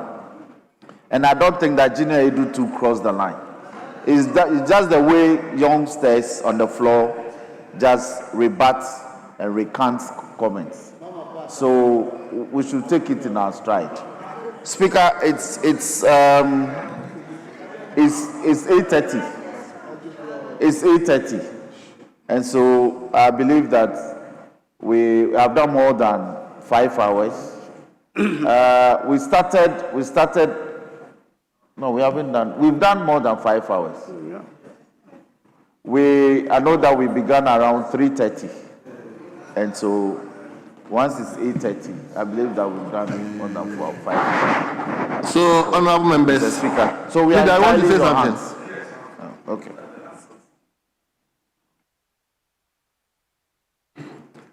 Speaker,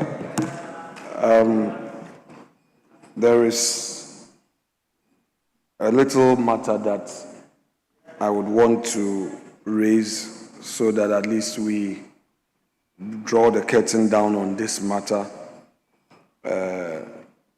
and bring a final closure to it. Mr. Speaker, the respected member by name Honorable Duke Oforiatta, who is a member of our caucus, has lamented over a matter that affects his family. And Mr. Speaker, on Friday, according to him, though I saw myself, members on the other side of the house printed his brother's pictures, about 15 or so of them showing the pictures and shouting, corruption, corruption, corruption. Mr. Speaker, this side of the house is of the view that we must all be fair in treating each other. Mr. Speaker, earlier today I had the occasion to address a specific matter which the minister felt strongly about it. I think that should be the way to go. We should all be fair in how we treat ourselves, especially those who are not in this chamber to respond to allegations. Mr. Speaker, if any member on this side had printed a picture of a minister of state or a former minister from our friends opposite, I'm sure none of them would take kindly to it. So I will plead through my own classmates, steady mates, colleague at the bar, Honorable the Femeko Eche Roxen Kwame. I will plead with him. He is a chief whip for his side. That never again should such a thing happen. Our side, we are not going to pursue it, and because we are assured. So I'm not resigning from that assurance. But to the extent that the colleague is a junior brother of Mr. Ken Oforiatta, a former finance minister of this republic, no court has found him guilty. We can do our politics, but to also print his pictures deliberately. And that day, the whole world's attention was on this chamber. I would plead through my friend, the chief whip, to ensure that in future, any such action is curtailed, controlled, or stopped by him, so that this house would get the needed peace.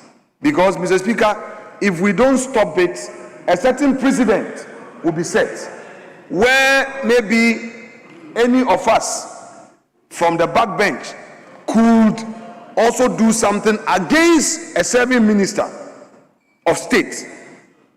Perhaps when that is allowed, we may not be able to control the consequences of it.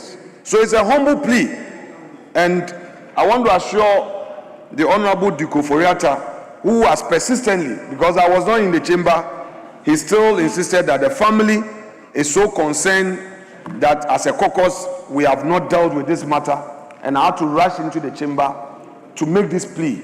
I don't intend to litigate it, but I am pleading with the Chief Whip and the leadership of the majority caucus that enough of Ken Ofori-Attah's name in this chamber and the persecution and the attack on his reputation. He also is a human being, a Ghanaian. He has a wife, he has children, he has extended family, and not the least, he has a brother who is a sitting member with us. So, Mr. Speaker, I will rest my case and thank you and thank colleagues for the kind audience. Very well. Honorable Majority Chief Whip, will you say something?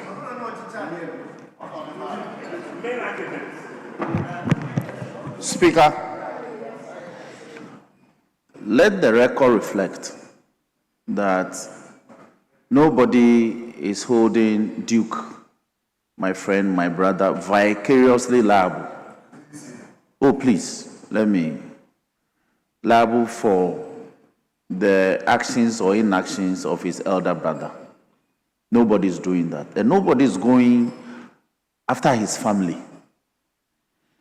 I believe that in this forum, it's a tournament of politics. Here, we play politics here. And he told me that here, it's not a church. Now, the minority leader is saying that enough of Ken Ofori-Attah's name. But he's aware of the issues. And if this side feels strongly about raising a matter, I cannot stop them. Because it's politics. The demand is that Ken must come to account for his still worship. Speaker, I was here when I entered this parliament in January 2017. John Dramani Mahama was not a member. But things were said from this side about his tenure. I don't want us to go on that tangent. So I am struggling to appreciate the position the minority leader is taking. I am pained. I am pained that this matter is having some adverse impact on Duke. I am pained. Yes, I am pained because I can gauge the mood. But it's about his elder brother's conduct. Everybody is saying, come and account for us too. I believe that if he were here and going through the processes, nobody will mention his name. So on this note, I want to assure him that we will not antagonize him. Please, we will not antagonize him, especially when his sensibilities are concerned. But we want to urge him to urge his big brother to come home, to let us go through the drills of accountability. I'm sure that will also help. Then again, he was here. He was in a muffler. He brought cocoa pots. Some were not even ripe, Mr. Speaker, but he brought it to the floor. So once he's urging me not to bring foreign materials to the floor, Mr. Speaker, I will also urge him also not to bring foreign materials to the floor. But on this note, I believe that we can always do the politics so that we... Yes, I know the cocoa pot is like a weapon. I agree. But on a more serious note, Mr. Speaker, I think we are all guided. And I want to urge Duke that he and I will relate very well. We will not do anything untoward to hurt himself or the family name. But it's the politics. He must have a thick skin for some of these things. But I can assure him that I can assure him that it's noted. The sentiments are noted, and so going forward we'll be guided. But this is politics, so you shouldn't take it too personal. That's all that I can say. Yes. Thank you, Speaker. I appreciate what the majority Chief Whip just said. But Mr. Speaker, I would just beg of him and all of us here to appreciate the context of my submission. The context of my submission. Mr. Speaker, I have had to manage a friendship with the Minister of State because the caucus took a position on a matter and the minister felt that, oh, Markin, why are you being personal? Mr. Speaker, me, Kwame, standing here, I have that skin to manage all situations. I detach from the happenings of this chamber. I don't take it personal. But not everybody who has that thick skin. And I'm saying this because of the likely precedents. Because of the happenings, as a leader, I have to say I take responsibility for a thing that I have not even said just to bring peace. But this is also somebody who is a blood brother. Today, the Council of Elders have summoned me. That Markin, what about the caucus? Ken Oforiatta, they carried his picture and call him corrupt. What is MPP also doing? So, Majority Chief Whip, I don't want it to be like it's politics. If we open the floodgate, tomorrow, I'm being hypothetical, Ima is here. Upon hearing something, I'll just say, let's print his pictures and show it. No. So I would plead with you. I don't want you to say that you cannot control that bit. Please. No, that was the impression I got. You can do the politics, you can, in your argument, if you want to refer to Ken Oforiatta, you can do. We would have the opportunity to rebut or whatever. But I'm saying that to print the picture of someone who has been in public service, you may have issues with him, but our constitution says that you can try somebody in absentia. The constitution is there. You are a lawyer. You and I have spent our time in the court. That in the Tago case, which was done by Dr. Ayeni, the Court of Appeal stated clearly the position of the law that in proving the essential ingredient of an offense, the accused plays no role. That is the law. That is the criminal jurisprudence of the country, and you know that. So the issue of Ken Oforiatta's presence or otherwise in the jurisdiction is inconsequential. I beg to submit. We should do the politics, but I'm saying we had an occasion where a member of parliament, there was a statement and a relative was mentioned. It became a whole matter. We all know. I don't want to go into details. So please, the honorable member has raised this concern to the elders of the party and to leadership. I am conveying this because today we are in an atmosphere of peace. It is Lent and it is Ramadan, right? Yes. We are fasting. Christians are fasting. Muslims are fasting. It's the reason why we are all taking a posture. So please, Catholics, I'm a Catholic. I'm fasting. You know, but are Catholics not Christians? No. He doesn't go to church, Mr. Speaker. That gentleman does not go to church. What did he say? He says, Mr. Speaker, I don't mind him. Methodist Christians are also observing Lent, if you don't know. Mr. Speaker, so I would want to plead with him again. Enough of Ken Oforiatta. If we are all saying that we should do politics, and you remember this issue that you raised, that the respected president, His Excellency John Dramani Mahama, when that matter came up, all of us here condemned it. Do you remember? No. Mr. Speaker, no. It was condemned. No, don't. I was in this chamber. Take it easy. When that matter was raised, I remember the minority leader, Harun Idrisu, even was going to push a motion of censure against the person who raised it. I was here.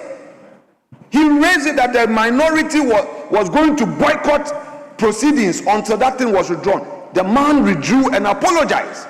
Why is it that when it gets to you, you are able to impress upon us that, look, let's go the right way.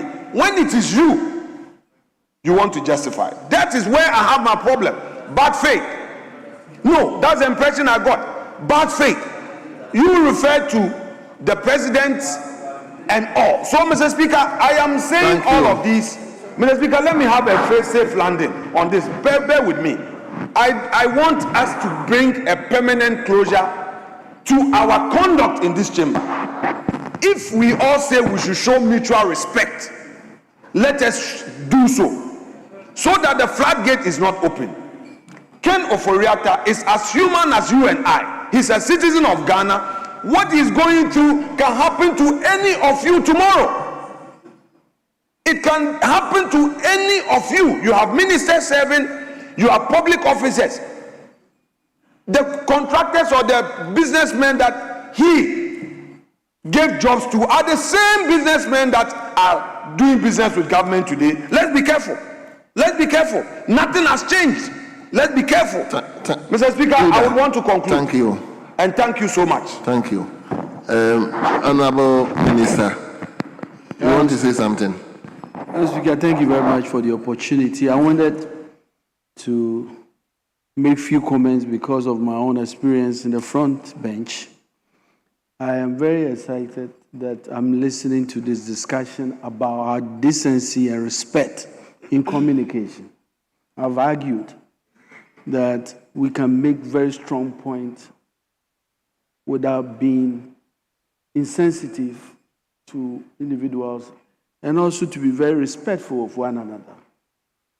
And to be coming from the minority leader who I have had a long experience with, occasionally completely out of bounds, is very refreshing. And I think that if the discussion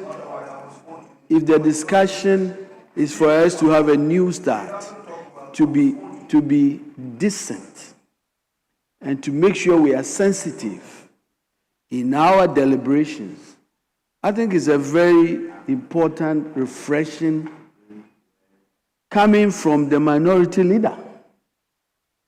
And I believe that he has been using the word a lot. The political class must be very mindful. And some of the things he has said are very true. And so I am simply raising the point that the need to be respectful of one another and sensitive, especially when it comes to issues he has raised, are very important. We can still make the point about legal issues that are pending, that are appearing to be disrespectful of individuals, families, and creating unnecessary pain. And I understand that. And so I am saying that if this is the call, it's a good call. But this call must be sustained and must not be that today the minority leader is raising it because it suits him. If this is a call that we will all respect and sustain, we can do the politics decently with respect for one another. I thank you. Thank you very much. Honorable members, I think minority leader's position is just an admonition to the House. I think we all have to take a cue from it. We are all putting ourselves together to build a nation. So I don't think we need to split our hairs on this. And I don't think he says one should refrain from it or one should apologize. He says we should, going forward, we should try and position ourselves well with the view that what is happening today can happen tomorrow. I think it's a good call. Let's take them in good faith. So on that note, Honorable Dafiamepo, I'm bringing proceedings to a close. Just allow me to bring proceedings to a close. Leader, allow me to bring proceedings to a close. Because you speak, somebody may also, it doesn't matter. It doesn't matter. Leader, it doesn't matter. Leader, okay, if you are so strong about what, just go ahead. Speaker, I am not standing here trying to justify what happened, but I'm only drawing attention that there are high-ranking officers within our party ranks that suffered that from his hands here on this floor, not once. So that the singular reference to that act was not once. It happened severally. The sitting president now, when he was in opposition, he was called all sorts of names, even on this floor. So if all of us want to chart a new path, it should say so. But it shouldn't come across as if we should desist, because it's a culture. And he knows that it's a culture on this floor. But if he tells me that I should desist, I won't, because I know that it's hurting him. So I'll do it more. But I won't. Because my President Mahama was called names. Names. The wife was brought in, names. It's unhealthy. So I agree with you that we are charting a new course. Let's take this. And I hope that we'll stay on that clean path going forward. Very well. I thank you, Mr. Speaker. No. I'm not giving the floor to anybody again. Yeah, I wouldn't give the floor to anybody. I think we've taken the call rightly. I think everybody has seen that it's a nation that we are building, as I said earlier on. It's a nation that we are building. We may go wrong one way or the other, but we look forward and see that we can chart a better path. So let's take the admonition in good faith and move on. And on that note, I'll bring proceedings to a close and adjourn the House to tomorrow, 2 o'clock in the afternoon. Tomorrow, 2. Speaker, our prayer is that because Friday is 6 March, we are praying that we rather sit from 10. Is it 10? 10 a.m. So that by 1 p.m., 2 p.m., we'll draw down the curtain so members can quickly travel. Is that the prayer of the minority? To join that was the agreement we had this morning. Thank you. Mr. Speaker, we, the minority, are not opposed to sitting commencing at 10.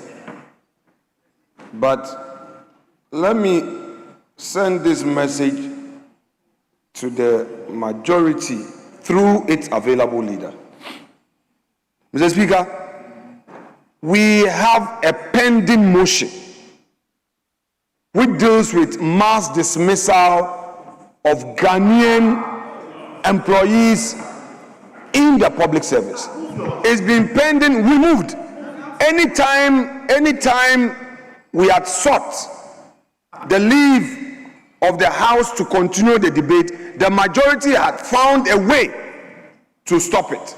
Mr. Speaker, the motion was moved, seconded, and the majority chief whip started the debate on his side. It's been 8 months. A critical matter that deals with dismissal of people from employment. Thousands of Ghanaian youths who were dismissed unjustifiably. And you don't want us to debate this matter. Mr. Speaker, I am pleading with the deputy leader. You are not the leader. You are not the leader. No, you are not the leader. I'm dealing with the leader. I'm dealing with the acting leader. So, Mr. Speaker, the acting